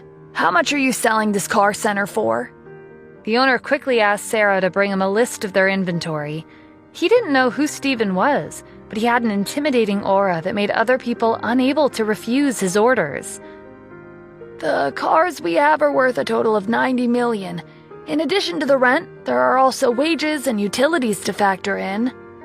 The owner picked up the calculator and punched in a list of numbers. The final amount displayed on the screen was $120 million. John took out a $20 bill from his pocket and threw it on the floor. Now do you realize how ridiculous you're being? Here's $20. You don't have to pay me back. Hail a cab and go home. Stephen didn't spare a glance at John as he continued his conversation with the owner. Give me your bank number. The owner wondered if Stephen was secretly super rich. After getting the information he needed, Stephen called Jack and asked him to wire $120 million into the owner's bank account. John looked on mockingly. Stephen, we haven't met for 2 years, but I didn't expect you to become this crazy. As soon as these words left his mouth, the owner's phone rang with an incoming message from his bank. He had received $120 million. The owner was in disbelief at the number of zeros in the message. He almost dropped his phone. John thought the owner was too angry to speak. "You don't have to deal with him. If you leave it to me, I'll teach him a lesson." After working here for 2 years, John had made connections with several wealthy people. The owner had also told him that he had a talent for this field. Someone like Stephen couldn't match up to him. The owner glared at John and kicked him without warning. "Are you trying to drag me down with you? If you know what's good for you, then keep your mouth shut. He transferred $120 million within a few minutes." $120 million? How is that possible? John stuttered. "If you have nothing else to say, then leave," Stephen said. "We'll leave immediately. In the future, if there's anything I can help you with, don't hesitate to ask. The owner trailed off when Stephen gave him an impatient look. The owner dragged John, who was still shocked beyond words, out of the car center. Stephen looked around the store. His gaze fell on Sarah. "You're Sarah, right? You'll be in charge of managing this car center from now on." Sarah was ecstatic at her sudden promotion. "I won't disappoint you." The other customers in the store were excitedly whispering amongst themselves. Some of them had even taken out their phones to record the scene. That girl is really lucky. Other people would have had to work as a manager for more than 10 years before getting to her position. Who is that person anyway? Who in the city has enough funds to purchase an entire car center in a few minutes? Wait, he looks familiar. In the afternoon, Stephen drove back to the villa in his new. Kim, Amy, and Natalie were in the living room watching TV. Stephen was confused when he saw Kim. She had just become the vice president of the Cassidy Group. Shouldn't she be busy with work? "Why are you home so early?" Kim crossed her arms in annoyance. "There was nothing to do, so I came home." After arriving at the company, she sat around in her office until noon. Even though she was promoted to vice president, it was all for show. She had no authority. Kim recalled that Stephen told her he wanted to buy a car this morning. "By the way, did you decide on a car?" Natalie looked away from the TV. "What? You want to buy a car? You can't even afford it. Don't even think about spending Kim's money. I won't allow it." Amy frowned as she hugged her knees. "Mom, he barely earns any money. He hasn't seen much of the world, so I doubt he'd want to buy a luxury car." "Stephen, don't listen to their nonsense. Our car is old, so it's time to get a new one anyway. Which car caught your eye?" Kim asked. Natalie and Amy were also curious. The three of them looked at Stephen and waited for his answer. Stephen felt self-conscious at all the attention. "Well, you see, I went to a car center and saw..."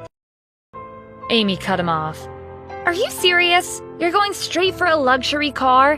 Do you think you're some rich and handsome young man? You're hopeless. You should just stay home instead of going out and embarrassing yourself and our family," Natalie scolded. Stephen could barely support himself, and their family didn't have that much money to spare. Why would he want to buy a... Kim was disappointed in him. "Never mind. Tomorrow I'll come with you, and we'll look at other cars." "There's no need for that. I drove the car home. The in front of the house." "You what? You drove the car home?" Kim echoed. A Porsche wasn't the most expensive luxury car brand to exist, but it was still worth a lot of money. How could Stephen afford it? Natalie was suspicious. "Are you lying to us?" "Mom, wait. I'm going outside to check if there's really a car there," Amy said. If Stephen really was lying to them, then she would expose him and let Kim see his true colors. A few minutes later, Amy called out to Kim and Natalie in a panicked voice. They rushed out the door thinking that something had happened to her. However, they were greeted by a luxurious parked in front of their house. Amy was standing next to the car with her phone in her hands. "I just searched it up. This car was recently released, and it's worth more than $6 million. "Stephen, what's going on?" Kim asked with a frown. There was no way he could afford a $6 million car. "$6 million?" Natalie exclaimed. "Stephen, I thought you were only a freeloader, but you're actually a thief who steals money from your own family." When Natalie was about to grab Stephen's arm, Kim stopped her. Mom, calm down. He didn't use my money. I only have a few $100,000 in the bank right now. It's impossible for him to steal $6 million from me. Kim looked at Stephen in disappointment. Aren't you going to explain yourself? At this time, the head of the security team, Aaron, spotted them as he was making his rounds. Mr. Adams, I just saw a video of you buying a... Can I have a look? Aaron had always been a die-hard fan of luxury cars, so he couldn't pass up this opportunity. Amy rushed over to Aaron and asked him to show her the video. When he searched up the video and pressed on the play button, Amy took the phone from him. Natalie and Kim waited anxiously for her to finish watching the video. Stephen didn't just buy a... He bought the entire car center for $120 million! Natalie and Kim were stunned. Stephen used $120 million to buy a car center, but he hadn't said a word about this. When was he planning on telling them? Stephen, does this have anything to do with global investment? Kim asked. She had a feeling that Keisha treated Stephen differently compared to the way she treated everyone else. Stephen looked at Kim in admiration. He had been racking his brain to come up with an excuse, but she had solved all of his problems with a single sentence. I knew you'd figure it out. I actually took on a job at Global Investment. I bought the car center because Keisha told me to. Kim glared at Stephen. That was fine and all, but why would Keisha give him one of the cars? And why did he just accept it? Kim didn't know why she was so angry. She couldn't bring herself to like the new car no matter how many times she looked at it. Forget it. If you want to drive this car around, go ahead, but don't bring me along. Stephen could tell that Kim wasn't happy with the... No, it's okay. I'll just return the car. Before he could do anything, Natalie snatched the car keys from his hand. Hold it right there. You already accepted the car. You can't return it. Mom, Keisha gave him this car as a gift. What right do you have to take it? He's been freeloading at our house for 3 years. What's wrong with me taking the car? Think about how much he owes our family. This $6 million is like interest. To Natalie, the was a priceless treasure. She couldn't let Stephen return it to Keisha. I don't care anymore. Do what you want. Kim was too frustrated to continue arguing. She turned around and walked back to the house. Stephen noticed that Kim was jealous, and it made him happy. He ran after her. Wait, Kim, didn't you want to buy a new car tomorrow? Kim didn't slow down. No, I can't afford a... I don't need a... I'll like whichever car you pick out. Stephen was following Kim close behind. He almost bumped into her when she stopped abruptly. Kim turned around and stared at him. Are you implying that I'm not as good as Keisha because I can't afford a Porsche? Stephen was at a loss when he met her serious gaze. He had a feeling that their conversation was headed in the wrong direction. After an intense stare-down with Kim and trying to convince her that he didn't mean it like that, they decided to purchase a car today instead of waiting until tomorrow. The next morning, Stephen drove Kim to work in their new car. If you're free in the afternoon, can you pack some of Amy's clothes and bring them to her at university? She said she's too busy to come home and get them herself. Sure, I'll drop by her school later. After Kim went inside, Stephen drove back to the villa. The house was empty. Natalie had taken the car keys and left to show off their new pool. Stephen had nothing to do, so he went to Amy's room to pack her clothes. Who would have thought that the Grand Palace Master would have to use his free time to help his sister-in-law fold her clothes? Amy's suitcase was in the corner of the room. She had left it open, and her clothes were scattered on the floor. Stephen sighed as he reached for one of Amy's shirts. To his surprise, there was a large image of a cat printed on the front. He glanced at the other clothes on the floor. Most of them were graphic tees decorated with outlandish designs. He felt like he had discovered a whole new side to Amy. It took some time, but Stephen finally finished folding all the clothes. He neatly put them inside the suitcase and brought it outside the house. He opened the trunk of the car and put the suitcase inside. Around an hour and a half later, Stephen arrived at Amy's university and dialed her number. Amy wasn't pleased when she received a call from him. What is it? This had better be important. Kim asked me to bring you your clothes. Forget about it. If you dare show up at my school, I won't let it go, Amy warned. I'm already here. What? Where are you? Don't move and stay where you are. I'm coming right now. Not long after Amy hung up, Stephen saw her running out of the university's gates. She skidded to a stop and gasped for breath as she looked around. As soon as Amy spotted him, she looked like she wanted to throttle him. Amy ran up to Stephen and pulled him around the corner. If her classmates found out she had such a useless brother-in-law, they would surely laugh at her. What the hell are you doing here? She whispered. Your sister asked me to come. Stephen put the suitcase in front of her. Here, this is for you. Amy quickly unzipped the suitcase to check the contents. Her face reddened when she saw her personal belongings inside. There was a murderous look in Amy's eyes as she glared at Stephen. You didn't open it, right? Nope, Stephen answered casually. Good. You've done what you've came to do, so leave. In her rush, Amy only zipped up the suitcase halfway. She grabbed the handle and dragged it towards the school gates. Not even 2 steps later, one of the wheels snagged on a rock, and the suitcase tipped over.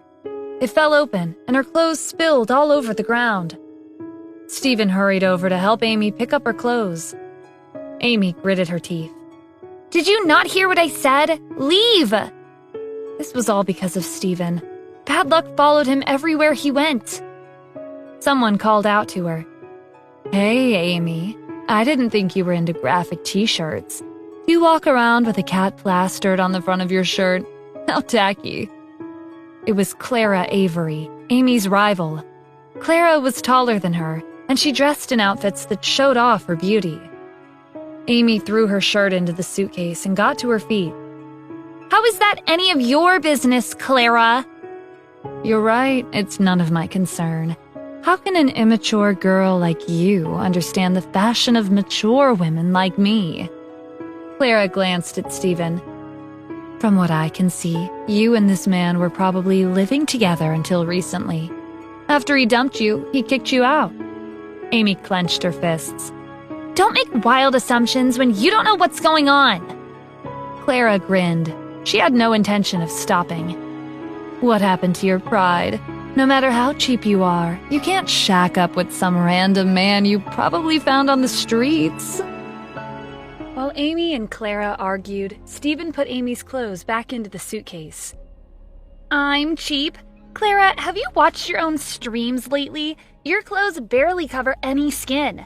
It's like you went to a dumpster and dug out your outfits. Amy retorted. That's called being... You could wear cute clothes too, but unfortunately... Clara looked her up and down before continuing. You won't look as good as me. You don't have the body for it. I'm warning you now, A-Live's queen will be me. Amy was about to explode with anger. It was true that her body wasn't as curvaceous as Clara's, and this was something she had always been self-conscious about. Don't get ahead of yourself. No one knows who will win. Aquaria Live, or A-Live for short, was the most popular streaming platform on campus. Each year, they would choose a king or queen based on their popularity. And this year, the adorable Amy and Clara were both highly anticipated to win. Is that so? I heard you've been chatting with a wealthier viewer every night on your streams to get him to give you more gifts on the day of the finals. I hate to break it to you, but he's not on your side. Turn around and you'll see what I'm talking about, Clara said with a grin. Amy looked back and saw a man dressed in luxury clothes. His name was Brian, and his nickname on A-Live was General. He was a famous viewer among streamers. Brian had been very active on Amy's streams recently. She hadn't expected Clara to steal him away from her. Brian smirked as he spoke with complete confidence. You should give up. With me here to support Clara, no one will be able to steal her position as the new queen of A-Live. Clara threw herself into Brian's arms and pressed against him. Honey, not only are you handsome, you're also amazing. Clara, you're shameless. For the sake of winning the championship, you actually sold your body. You would if you could too, Brian said. Stephen zipped up the suitcase and looked up at Brian with disgust.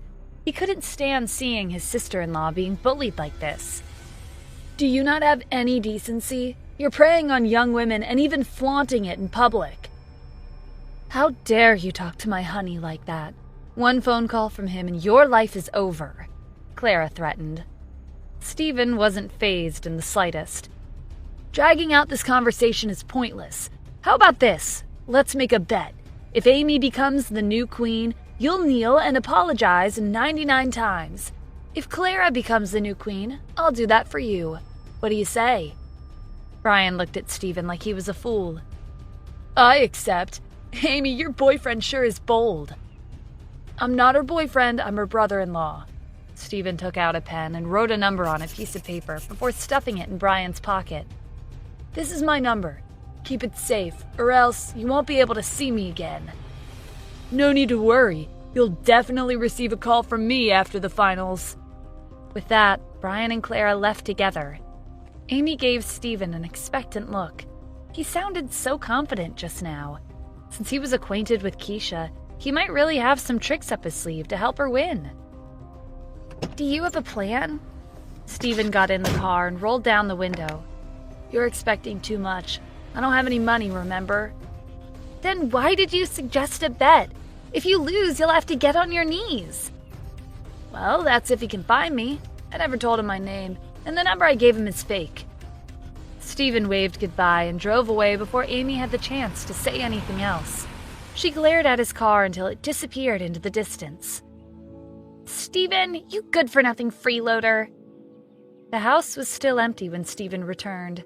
He went into Amy's room and turned on her computer. He clicked on Aquaria Live and found her nickname. It was Mimi. Amy's cute nickname paired well with her adorable charms. While Stephen jotted down Amy's ID, he accidentally knocked over the glass of leftover milk. Fortunately, there wasn't much in the glass. While he was wiping up the mess with a tissue, Natalie came into the room. Her expression darkened when she saw him. What are you doing in Amy's room? Stephen stood up awkwardly. Nothing. It was the fact that he had snuck into his sister-in-law's room when no one was home. And to make things worse, his mother-in-law had caught him. He didn't want to expose Amy's secret that she was an online streamer, but how was he going to get out of this? To no one's surprise, Natalie didn't believe him. She pushed him aside and saw a slightly damp tissue on the floor. Amy's closet was open a crack, and her pajamas were on her bed. Inappropriate images flooded Natalie's mind. Stephen, how dare you! When no one was home, you took the chance to sneak into Amy's room to do such a disgusting thing! Stephen was confused until he glanced at the scene next to him. He instantly grasped the situation. Mom, this is a big misunderstanding. Misunderstanding? Get out of here right now, you ungrateful freeloader! We let you live with us because you're Kim's husband. I didn't think you would go as far as to set Amy as your target. Natalie grabbed a broom and prodded Stephen with the bristles to push him out of the room. Mom, calm down. I can explain. When Natalie threw the broom at him, he sidestepped and avoided it. What is there to explain? I'm kicking you out of this house. While Natalie was walking over to the broom to pick it up, she slipped on the floor and fell. Are you trying to kill me to keep my mouth shut? Stephen was dumbfounded. He hadn't even touched her. Where was this ridiculous accusation coming from? All of a sudden, Kim entered the room. When Natalie saw her, she pretended to be even more distressed. Kim, is that you? Your husband pushed his own mother-in-law to the floor. This was a golden opportunity to kick Stephen out. Natalie had to make Kim divorce him so that the owner of Global Investment could become her son-in-law. Kim rushed over to Natalie to help her up. What happened?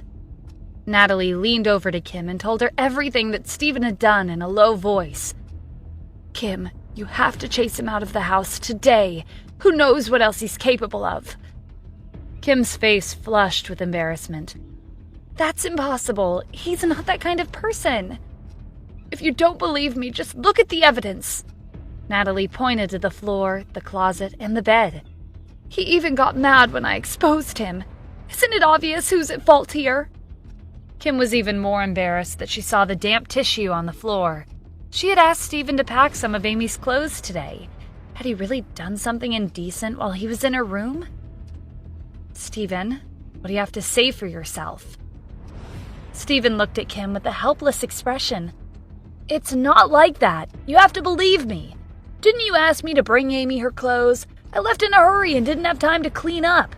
When I came home, I was planning on cleaning her room since I had nothing to do, but I accidentally knocked over the milk. Half of Kim's suspicions disappeared after hearing this. After all, in the past 3 years, they had never done anything remotely intimate with each other. Not even once. Stephen wasn't like that. Is that all? Yes, that's all. And while I was wiping the floor, Mom came home. Kim narrowed her eyes. Then how did she fall over? Kim, remember when you first came into the room? Mom was next to the place where I knocked over the milk. The floor was still wet, so she slipped. Kim glanced at the place Stephen was referring to. She felt a lot better when she saw that Amy's glass of milk was on the table, right above the tissue on the floor. Natalie was reluctant to give in. I don't remember the floor being wet. Where's your proof? If you don't believe me, you can inspect the tissue yourself. As soon as Stephen finished his sentence, Natalie and Kim were shocked beyond words. Was he implying for them to pick up the dirty tissue and take a sniff? Or worse, taste it? Who would do something that disgusting? Stephen, I think that's enough, Kim said in a firm tone. At the same time, she was embarrassed because she hadn't noticed the glass of milk on the table near Amy's computer when she first came into the room. Otherwise, this wouldn't have escalated into such a big misunderstanding. But this was also because of Natalie. Mom, I understand why you misunderstood him, but why did you frame Stephen for something he didn't do? I hope there won't be a next time. Kim, sooner or later, your life will be ruined if you let someone like him stay by your side. When the time comes, you'll definitely regret it. Natalie's tricks had been exposed, so she didn't feel like staying here any longer. She was exasperated as she trudged back to her own room. Stephen sensed the tense atmosphere and decided to excuse himself because he didn't want to make Kim even more mad. I'm going back to my room too. Kim hesitated before stopping him outside Amy's room. Hold on. Stay here and don't move. Kim went to her room and came back a few minutes later. She stared at Stephen with her hands behind her back. Kim, why are you staring at me like that? Do I have something on my face? Kim threw something at him. In the future, use that if you need to take care of your business. And make sure you do it in private. Kim turned around to hide her embarrassment. She ran back to her room and slammed the door shut. Stephen was confused until he looked down at the piece of clothing that Kim had given him. He couldn't help but sigh. Just what kind of person did she think he was?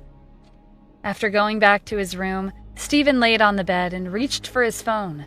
He downloaded the Aquaria Live app and registered a new account with the nickname Stephan Asher. This was his first time on a streaming platform. He pressed random icons to familiarize himself with the app. When he typed in Amy's ID into the search engine, he was surprised to see that she had already started streaming. It seemed like Amy was determined to win the competition. When Stephen joined the stream, Amy smiled and made a heart gesture. Welcome and hello, Stephan Asher. Amy was wearing a light blue dress with a white veil draped over her shoulders. She was wearing light makeup that brought out her cute and elegant charms. Stephen glanced at the number in the corner. He was shocked that 100,000 people were watching Amy's stream. It seemed like Mimi was a popular streamer on A-Live. Amy made a cute face at the camera. Tomorrow is the finals. Please support me. The chat was instantly flooded with comments asking Amy to dance. Several viewers promised that they would give her a sports car emoji, which was the gift the viewer could send to the streamer by paying $200. Amy played a trendy song titled Night. She played the music and danced in tune with the lyrics. The fluorescent lanterns and chandeliers continued to shine. Amy's dance resembled a fairy dancing in an enchanted forest. The viewers could almost picture butterflies and flowers around her. Her elegant and rhythmic movements captured their hearts. Stephen didn't expect Amy to be so good at dancing. Her fiery personality in real life was nowhere to be seen. While Amy was dancing, the viewers sent all kinds of gifts from A-Live. Miniature icons of their gifts covered the entire screen. There were sports cars, diamonds, rockets, and more. After the song ended, Amy sat back down and thanked each viewer for their gift. She looked excited that she had received so many gifts. In the next second, some viewers started leaving negative comments. What kind of dance was that? It was nauseating to watch. What is she wearing? It's not cute at all. She has no fashion sense. Amy's smile faltered, but she forced herself to respond cheerfully. If you don't like it, you can leave. Thank you for watching me dance today. The administrator on Amy's stream gave these viewers a warning in the chat, but they ignored it. Do you think you're a celebrity? You don't even have that many followers.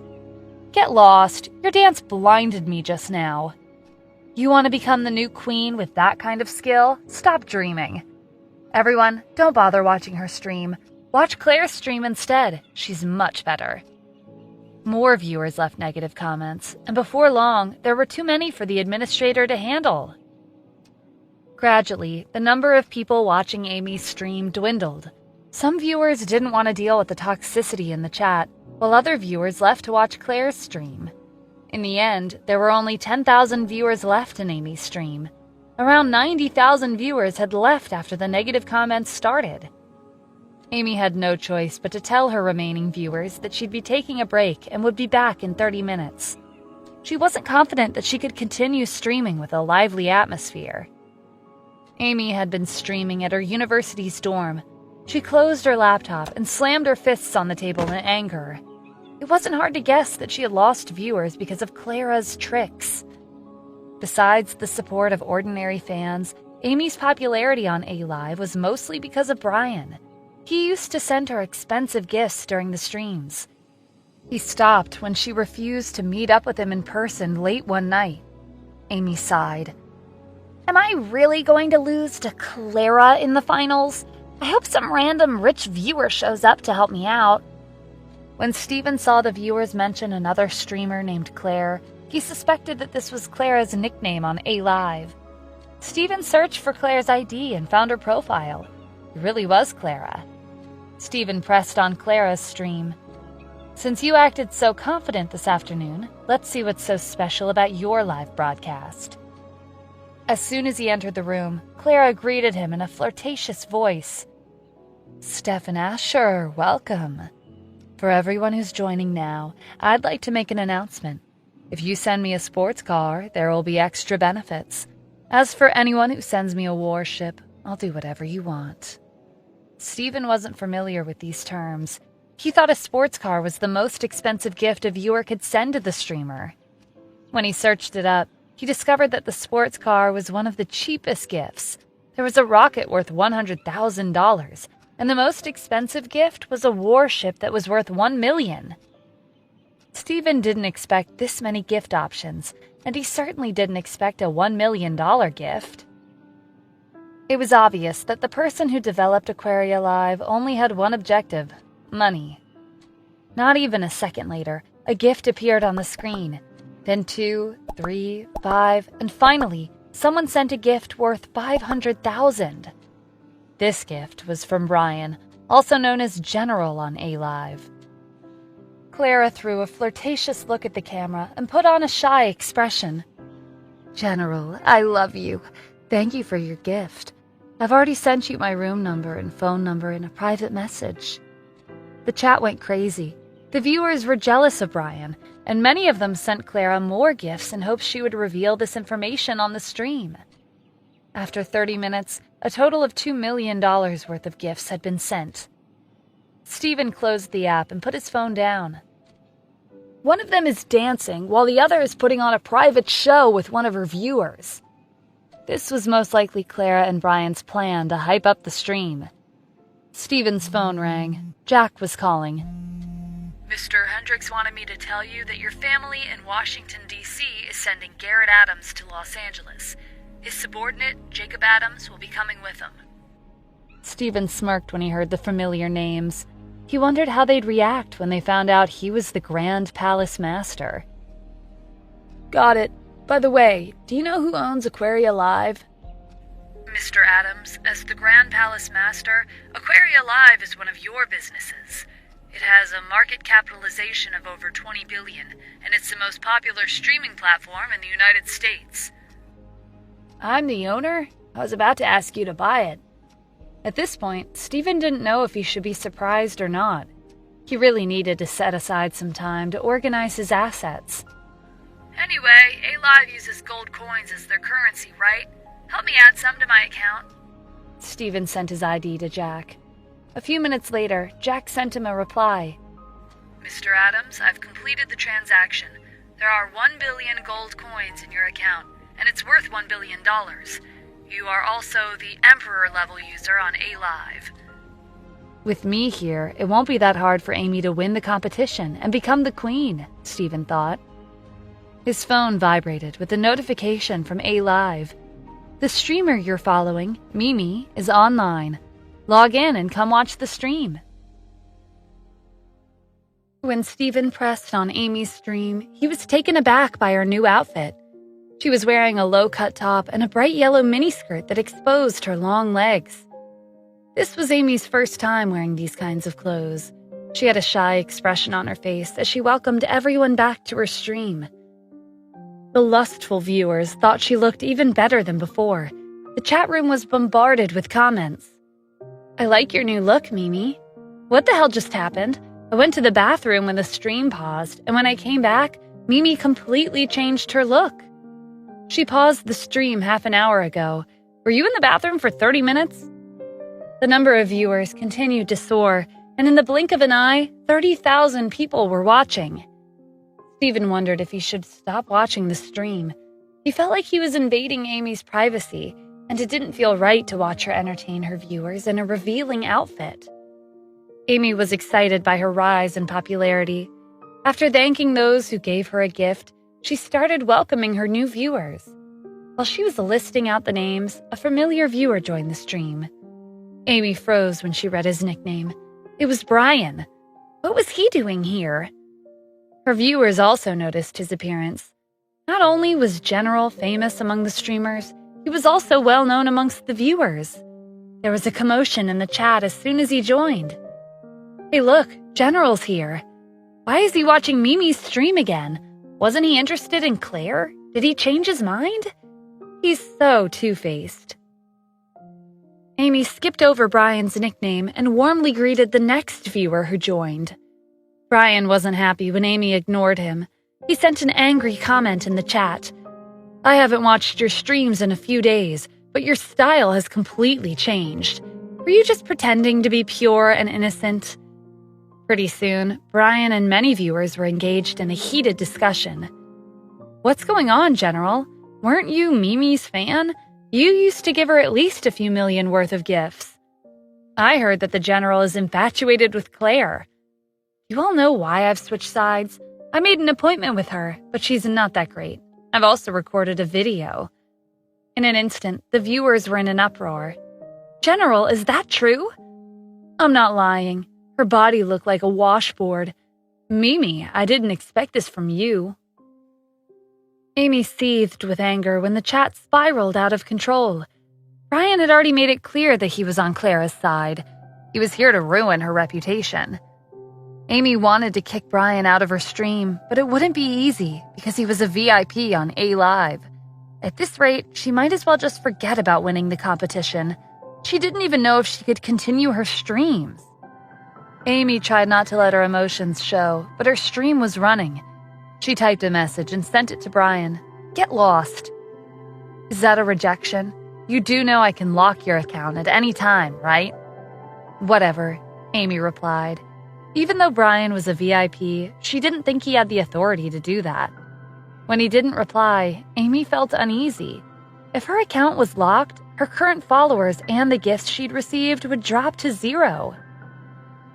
Amy pulled herself together and turned her attention back to her stream. She announced that she would be singing a song for her viewers. When the music started playing, the screen turned dark. A line of text was displayed at the center. Due to suspected violations of our policies, we've ended the stream. We apologize for the inconvenience. Even though the stream had been forcibly ended, the chat was still running wild. Amy's loyal followers expressed their support for her, while other viewers complained. Amy was so angry that she almost threw her laptop onto the floor. Her outfit was revealing, but it was nowhere near the level of Clara's outfits. Her clothes barely covered any skin. If anyone's account was to be locked, it should be Clara's, not hers. This was definitely because of Brian. Amy flopped on the bed and wanted to cry. All of her hard work had gone down the drain. Unless, if a wealthy viewer sent her the most expensive gift to show their support, there was a chance that her account would be unlocked. But having someone like that among her viewers was a 1 in a million chance. At this time, Clara and Brian were at a luxurious hotel. Clara was lying on top of Brian and looking at him in admiration. "Honey, you're amazing. How did you lock our account with a single message?" "There's nothing I can't do. My dad is one of Aquaria Live's shareholders. He can lock any account he wants." "Really? Does that mean I'll win the finals tomorrow?" "Of course. As long as you satisfy me tonight, I'll make sure you become the queen." "You're so annoying," Clara said with a laugh. Just as she was about to pounce on him, the computer screen flickered and caught her attention. Amy's stream is up and running again. Was her account unlocked? Brian sat up and went to the computer. "How's this possible? Wait, what's this? Someone actually sent her a warship! Each one cost 1 million! How did she manage to seduce someone that rich?" Soon after Amy's account was locked, a viewer named Stephan Asher had sent her an expensive gift. She regained full control of her account, and her stream was back to normal. Amy didn't expect a wealthy viewer to really appear. Stephan hadn't made any requests. After sending the gift, he left without saying anything. His sweet gesture moved her heart. Amy sent a message in the chat. "Stephan, are you still there?" But Stephan's profile picture was gray, indicating that he was offline. Amy never sent friend requests on A Live. It was always other people who added her. But tonight, she decided to send a friend request for the first time. She even added a short introduction. "Hi, Stephan, I'm Mimi. Thanks for your gift." Meanwhile, Stephan had just logged out of A Live. He tossed his phone to the side. One night of streams was enough for him. They were such a waste of energy. But his efforts weren't in vain. Fortunately, sending a $1 million gift to Amy had unlocked her account. As long as she won the competition tomorrow, her mood would improve. If Amy was in higher spirits, then Kim wouldn't have to be so worried about her. Stephan would be happy as long as Kim was happy. The next morning, Natalie, Kim, and Stephan were all having breakfast together. From time to time, Kim would steal a glance at Stephan before looking back down at her food. "He looks a little tired today. Maybe he couldn't resist the urge after I gave him that last night." Kim's face burned as soon as this thought crossed her mind.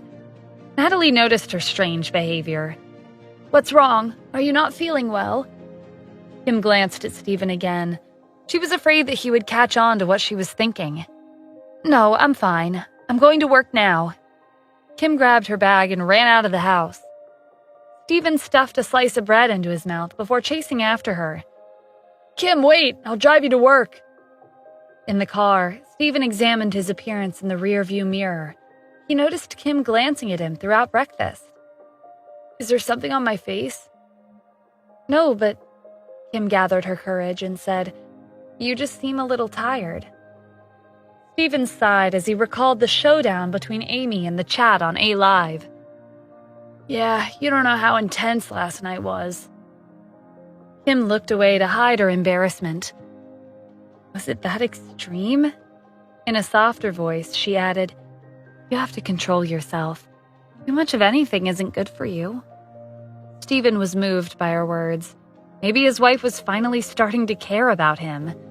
On another note, Helen and Harry had been laying low recently. It was strange for them to be this quiet. "What's going on at the company?" Kim looked out the window and replied absent-mindedly, "Don't worry, I'm getting used to the vice president's work. I'm also taking over the Century Garden project soon, and in a few days, me and Harry will be having a meeting with a client." "Okay, call me if you need anything." After sending Kim to work, Stephen drove to Global Investment. He had a meeting with Jack today. When Stephen arrived, Jack was already in the office waiting for him. He took a seat and got down to business. "Is Garrett almost here?" "Yes, he just got off the plane." "Send some people to follow him 24/7. You don't have to intervene if he tries to investigate me, but if he lays a single finger on the people around me, take action immediately." "Yes, sir." "Also, I sent you an ID. He has an account on Aquaria Live. Look into him." Stephen had a feeling that Amy's account wasn't locked because she violated A-Live's policies. It was more likely that someone had pulled some strings to ruin her chance of participating in the finals. And that someone was probably a Clara supporter. Jack left the room and returned 10 minutes later.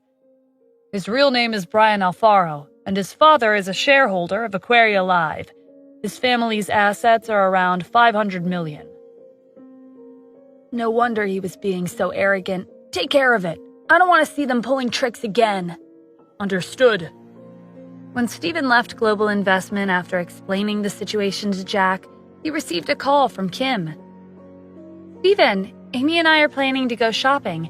Can you pick her up at the university before picking me up at the company?" "Sure, I'll see you soon." When Stephen arrived at Amy's university, she started complaining the moment she got into the back seat. "What took you so long? My classes ended an hour ago." Stephen shrugged and didn't say anything. On their way to the Cassidy group, Amy kept checking her phone. Seeing that she was in a bad mood, Stephen guessed that Brian and Clara were up to something in secret. "What's the matter?" "None of your business. What's the use in telling you anyway? You don't even come close to my darling Stephan," Amy grumbled. Stephen was so surprised that he stepped on the brakes. Darling? Stephan? This was definitely a sign that streaming platforms weren't for him. One night of watching streams had led to an even bigger mess. Amy was annoyed when her phone almost fell out of her hands. "Do you not know how to drive?" Sorry, a cat was on the road. When Stephen drove up to the Cassidy group, Kim stepped into the car and sat next to Amy. "Why did you want to go shopping today?" Kim was looking forward to their trip to the mall because she hadn't gone shopping in a long time. Amy gestured for Kim to come closer. "I have a secret that I can't tell anyone but you." "Okay, what is it?" The more Kim listened, the more surprised she was. "What? You're a streamer on Aquaria Live, and you fell in love with one of your viewers?" Amy put a finger to her lips. "Keep your voice down. Your good-for-nothing husband heard everything." "Amy, he's your brother-in-law. Don't talk about him like that," Kim scolded. "I'm not opposed to you streaming online, but how do you know that this person is trustworthy?" "He has to be. When I was in a difficult situation, he used $1 million to help me without asking for anything in return." "Okay, I understand. You're an adult now, so you can make your own decisions. I'll support you." Amy leaned her head on Kim's shoulder. "Thanks, Kim. I knew I could count on you.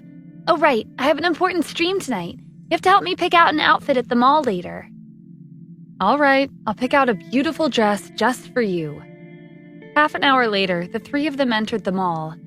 Amy linked arms with Kim and shot Stephen a glare. "Don't walk so close to us. You're embarrassing." Stephen was just happy to be there. He didn't mind following them from behind. While Amy and Kim walked around the mall, he took out his phone and logged into A-Live.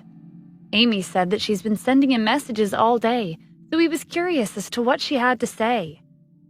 The moment he logged in, he was bombarded with notifications on the screen. There were a total of 120 messages. "Stephan, are you there? Can you log in and talk to me for just a second?" "Stephan, I want to thank you for what you did for me." "Stephan, the final competition is tonight. Will you come and support me?" The more Stephen read, the more he panicked. Wasn't it too easy for girls to fall in love these days? Should he respond? Before Stephen could make up his mind, a commotion caught his attention. He put his phone back into his pocket and hurried over to Amy and Kim. It turned out that Clara and Brian had also decided to shop at this mall today. Clara was wearing a face full of makeup. She didn't hesitate to mock Amy when she spotted her. "Is that who I think it is? What, are you here to buy clothes for tonight? Don't you know that these are luxury brands? I doubt you could afford them." Amy resisted the urge to talk back to Clara and pulled Kim away. Let's go. It's a waste of time to talk to them. Brian ran in front of them and stopped them from leaving. He had a lecherous look in his eyes as he stared at Kim. Is this your sister? Why didn't you tell me earlier that your sister was this pretty? Clara didn't expect a man like Brian, who'd chased after beautiful women as a hobby, would change his mind so quickly.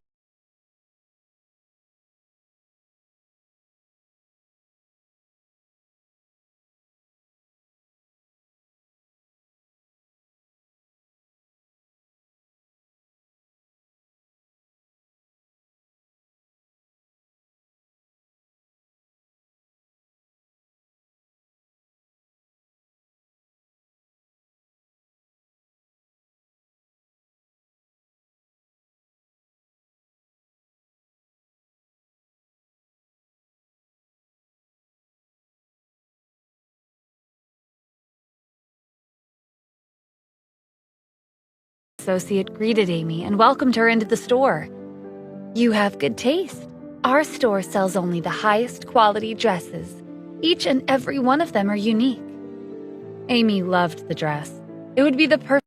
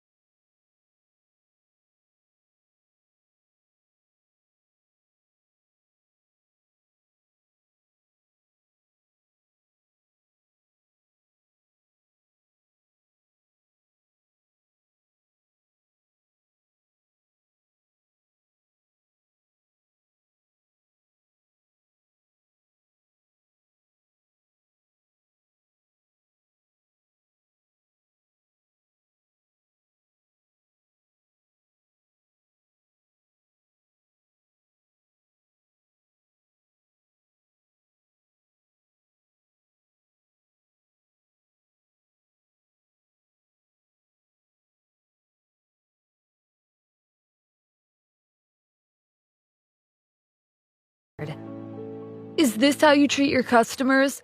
Didn't you hear what my girlfriend said? She wants to buy the dress. Go and wrap it up for her. Do you want me to complain to Mr. Russo? The sales associate was nervous when she saw the gold card. In the United States, there were only 10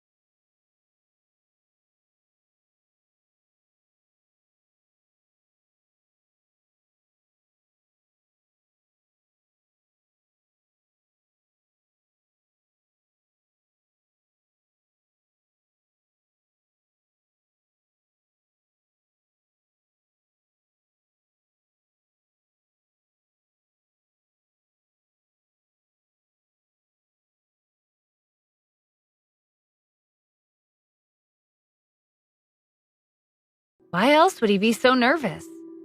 After Stephen ran out of the store, he found a corner nearby where no one was around. That was close. He had forgotten to sign out of A Live because Brian and Clara showed up. Stephen looked down at his phone. There was a notification from A Live. Mimi is calling. Will you accept? There's no way I'm answering, he thought.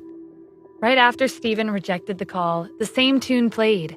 Amy was calling him on A Live again. Was there no end to this? Stephen hesitated, but in the end, he decided to pick up to avoid more unexpected situations. Right after he accepted the call, Amy's excited voice sounded from his phone. Hi, Stephan. I've been wanting to talk to you. Stephen opened a voice changer app to modify his voice. He kept an eye on Kim and Amy in the store as he spoke. What's the matter? Amy quickly explained the situation with the dress. Can you lend me $2,000? I'll cash out the $1 million you gave me yesterday and pay you back soon. Sure, leave it to me. After Stephen ended the call, he immediately logged out of A Live. Clara and Brian were still in the store, and they heard everything that Amy said. As far as Clara was concerned, Amy was trying to make things difficult for the sake of her reputation. Are you asking your ex-boyfriend for help? Do you really think he'll give you the money? I doubt anyone would be stupid enough to like someone like you. Brian grinned as he looked at Kim. Don't say that. Even if he does help Amy, he's probably doing it because he wants to get close to her sister. She's a much better catch than her. Amy ignored Brian and turned to the sales associate. Can you wait a little longer? I can pay for it soon. Clara crossed her arms. I'm not waiting. If you can't afford it, then just say so. Clara glared at the sales associate. Why are you still standing around? Are you waiting for my honey to file a complaint against you? The sales associate had no choice but to wrap the dress and put it in a bag. Just as she was about to hand it over to Clara, Stephen returned and snatched the bag. We'll be buying this dress. What are you doing? Amy exclaimed. Do you know how much this dress costs? $2,000! You don't need to get involved.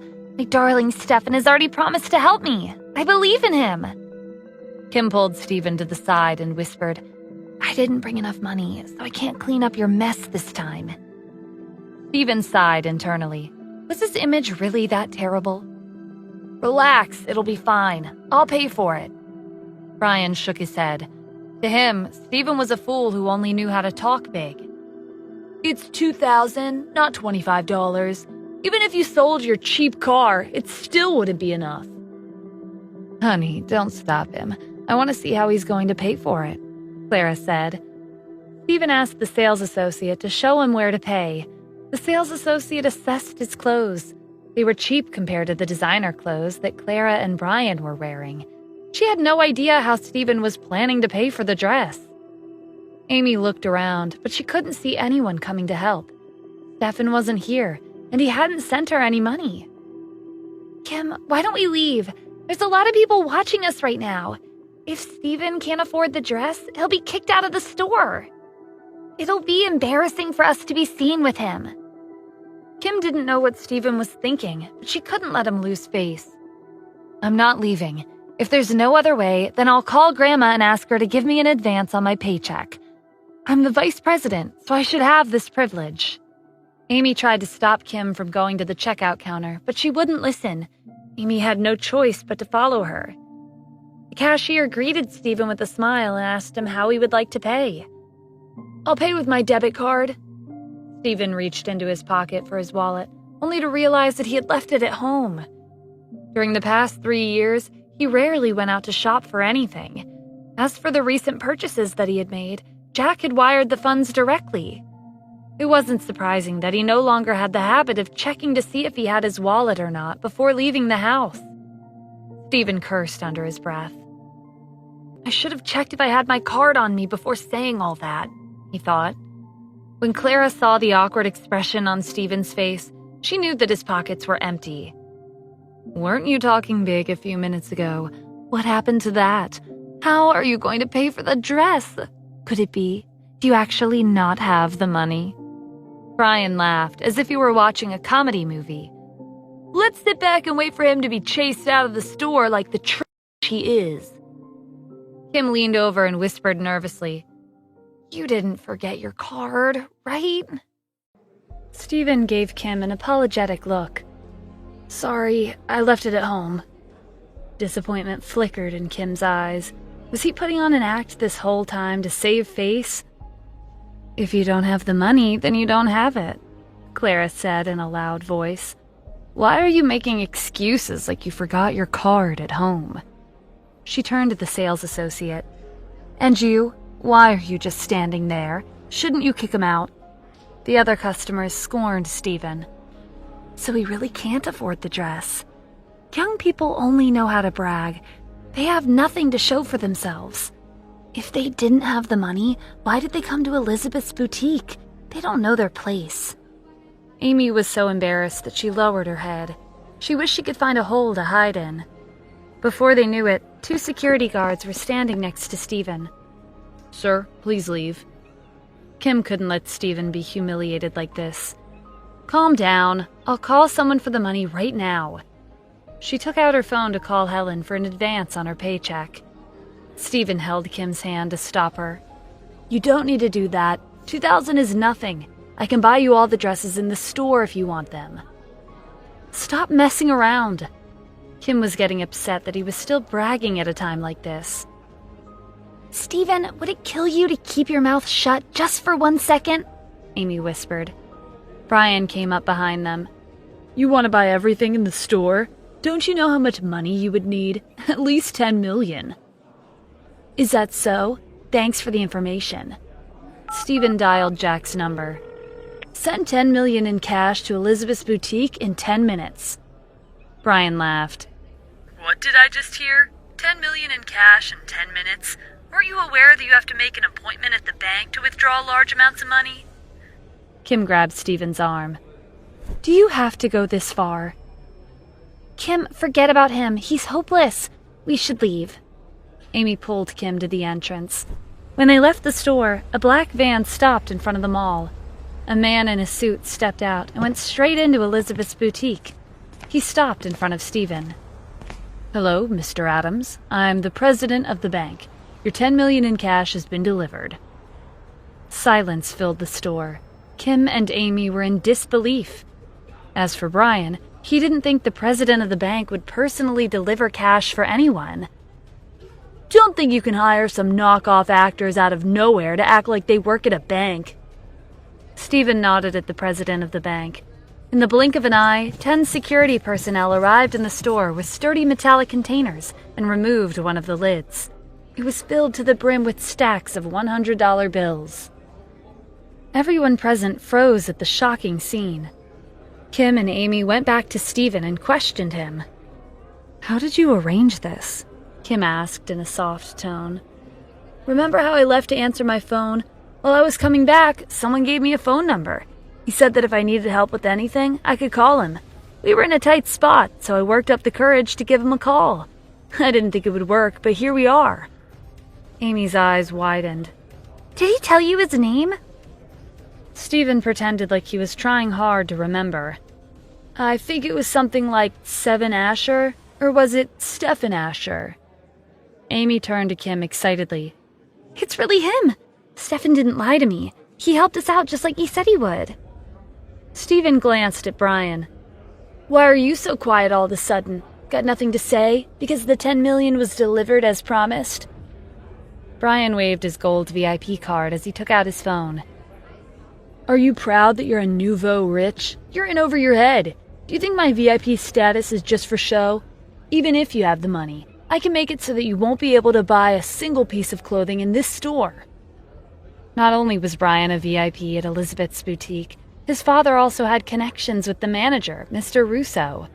He was confident that Mr. Russo would back him up once he called him over. Before Brian had a chance to give Mr. Russo a call, an authoritative voice boomed behind the crowd.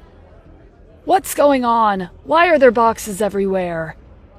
A middle-aged man with glasses walked over in large strides. As soon as Brian saw him, he put away his phone and went up to him. Mr. Russo, long time no see. How have you been lately? My dad brought back a special wine from abroad yesterday. If you have some time to spare, you're welcome to come over." "Oh, it's you, Mr. Bryan. What's going on?" Bryan gestured to the checkout counter. "They're the ones causing trouble. They think they can do whatever they want just because they have the money. They asked the bank to send $10 million to empty out your store." "What? That's ridiculous." Mr. Russo looked in the direction Bryan was pointing to. His stern expression was replaced with shock the moment he saw Kim. Mr. Russo rushed over to greet her politely. "Miss Kim, it's nice to see you." Everyone was dumbfounded, especially Bryan. Elizabeth's Boutique was a high-end clothing store in the UK, and Mr. Russo was the manager of its chain store in Los Angeles. Why would someone with his position lower his head in front of a random person? "Mr. Russo, did you mistake her for someone else? She may be pretty, but she has no money, and—" Mr. Russo silenced him with a glare. "Bryan, if you disrespect Miss Kim one more time, I won't let it go." As for Kim, she was just as surprised as everyone else. This was her first time meeting Mr. Russo. "I don't believe we've met. Are you sure you have the right person?" "Miss Kim, you must be joking. With your status, I would recognize you anywhere. I apologize for this commotion," Mr. Russo said. He recalled the live broadcast on February 12th. Kim became the successor of the Cassidy family, and she received the $2 billion Moon of the Nile as a gift.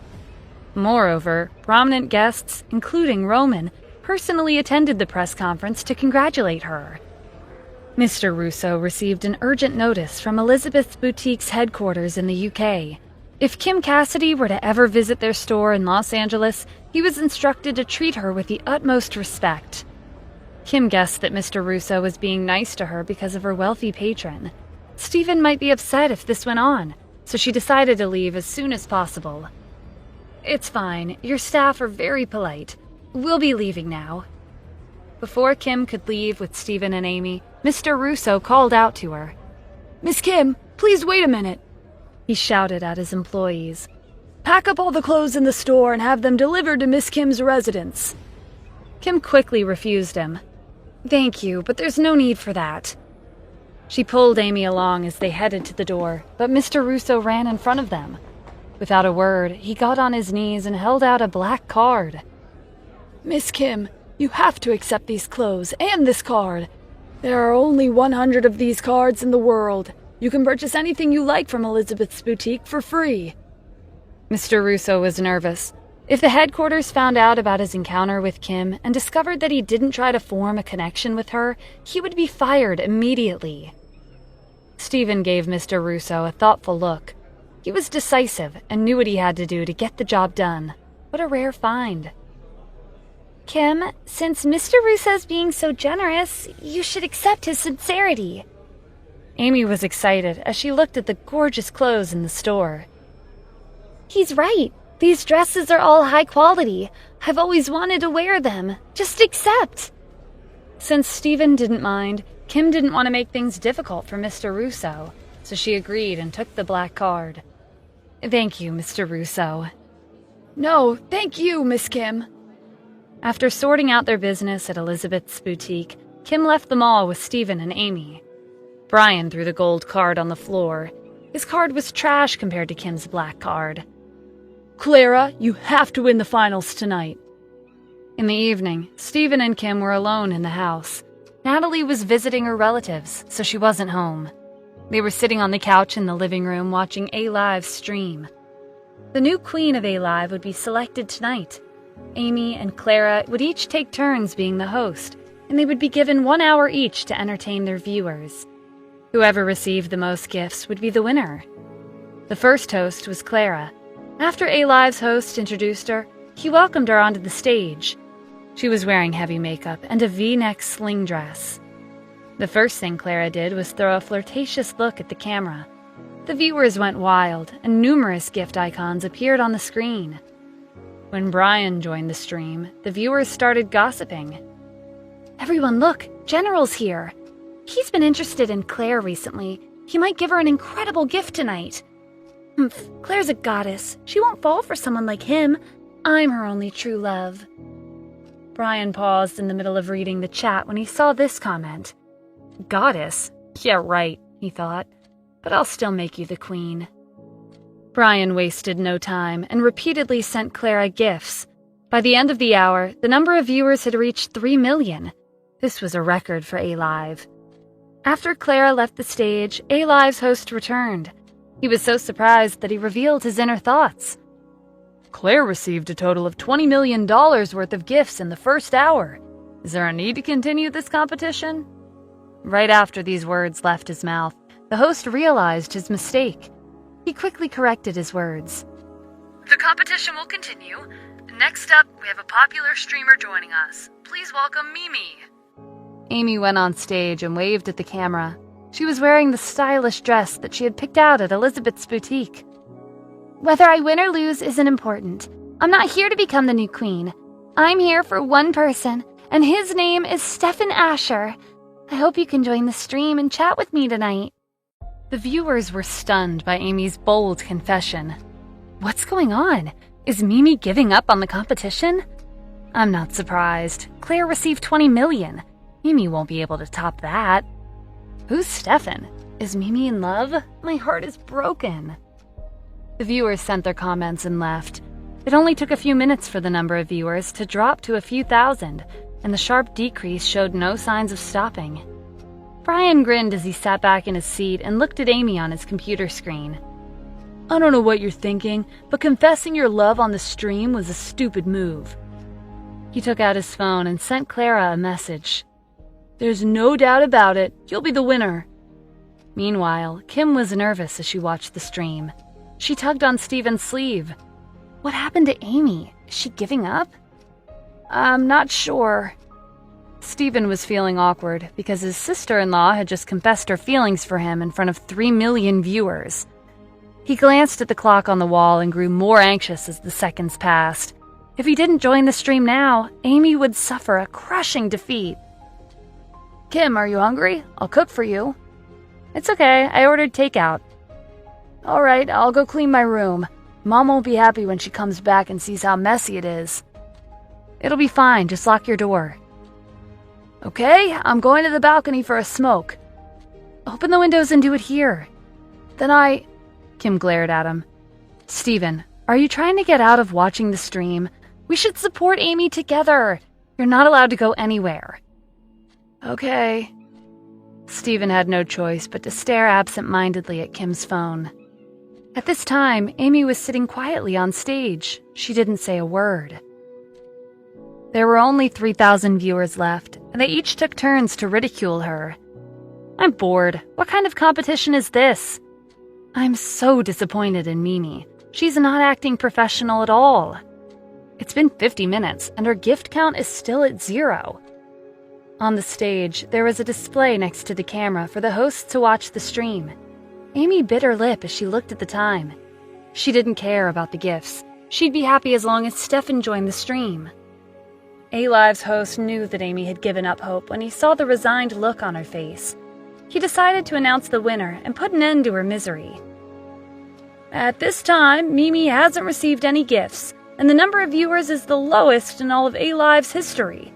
The winner is clear. I'd like to announce the new queen of A-Live. Before the host could name Clara as the winner, a rainbow appeared on the stream, along with a line of text. Stephan Asher has joined the stream. Everyone was shocked by the eye-catching effects. Did A-Live have this kind of feature? Amy blinked back her tears and stood up. Was it really Stephan? In only 2 minutes, the number of viewers had jumped to 5 million. Brian couldn't believe his eyes. There was a label next to Stephan's name, which read Emperor. He had never seen this label in all his years of using A-Live. Stephen had to be cheating. Brian reached for his phone to call his father and have him investigate Stephan, but no one picked up. He cursed and threw his phone on the floor.